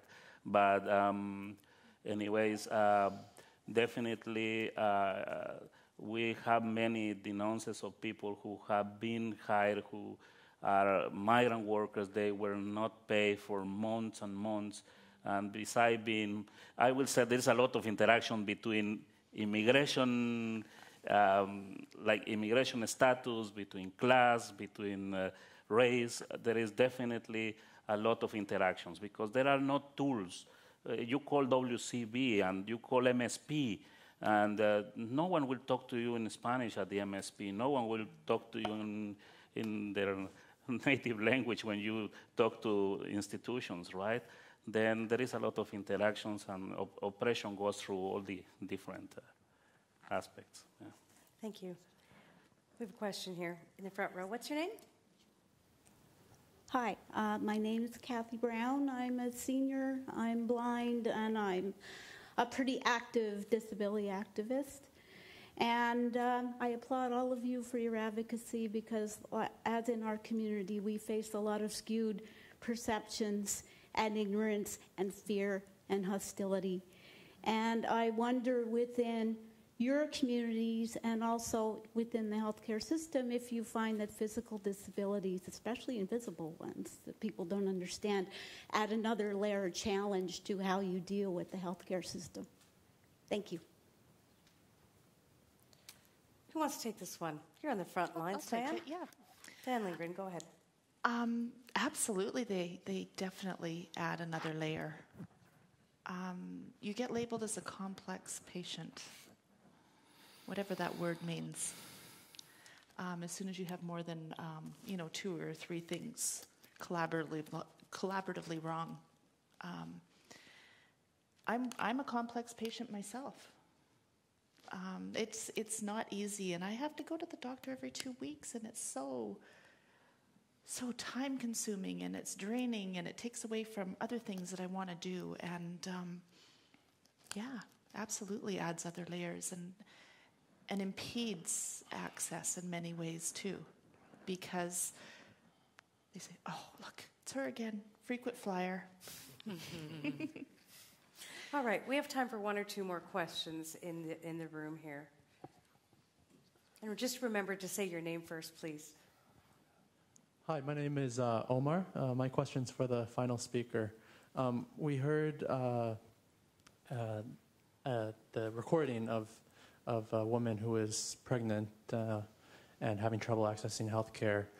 And I think you mentioned it as well in your talk. You spoke about migrant workers becoming pregnant, and I wanted to ask you to elaborate a little bit more about the challenges finding maternal care and what happens to the babies once they're born. Byron Cruz, that one's for you. Okay.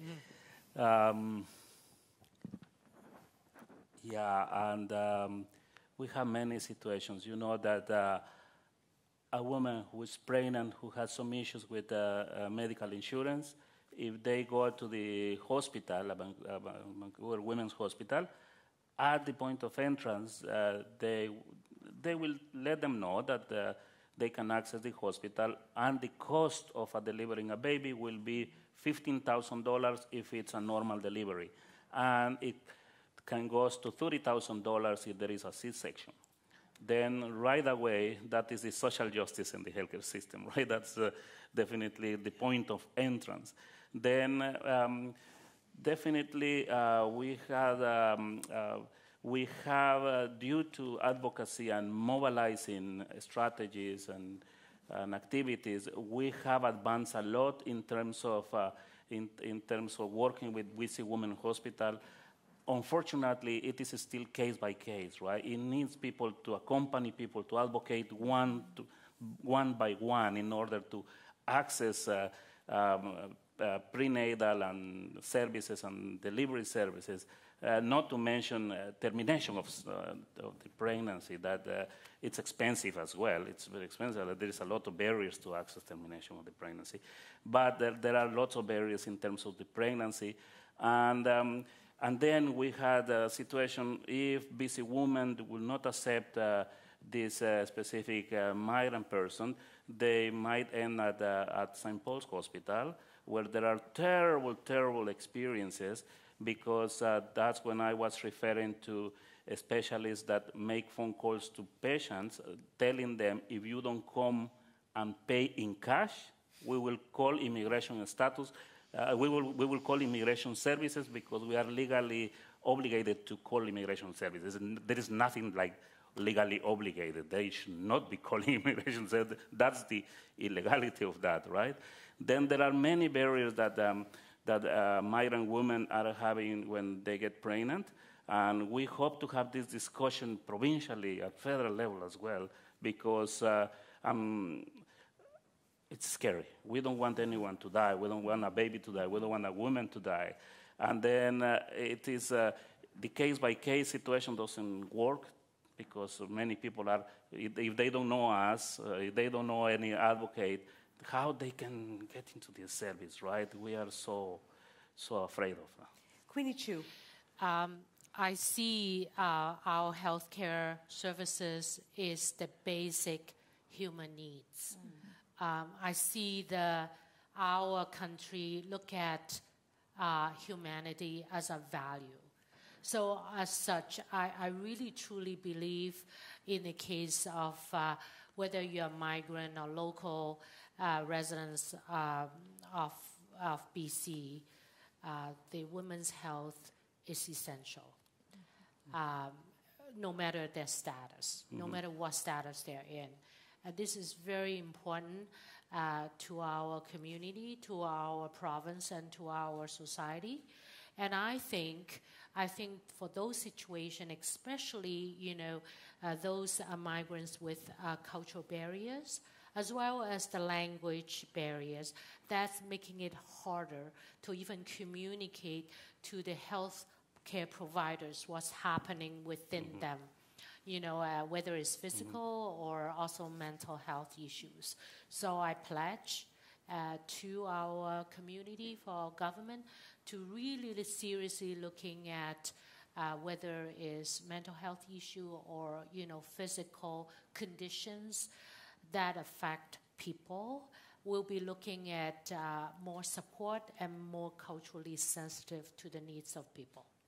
We will have to leave it there. Thank you to all 6 of our guests today. I would also like to thank the people involved in putting this forum together.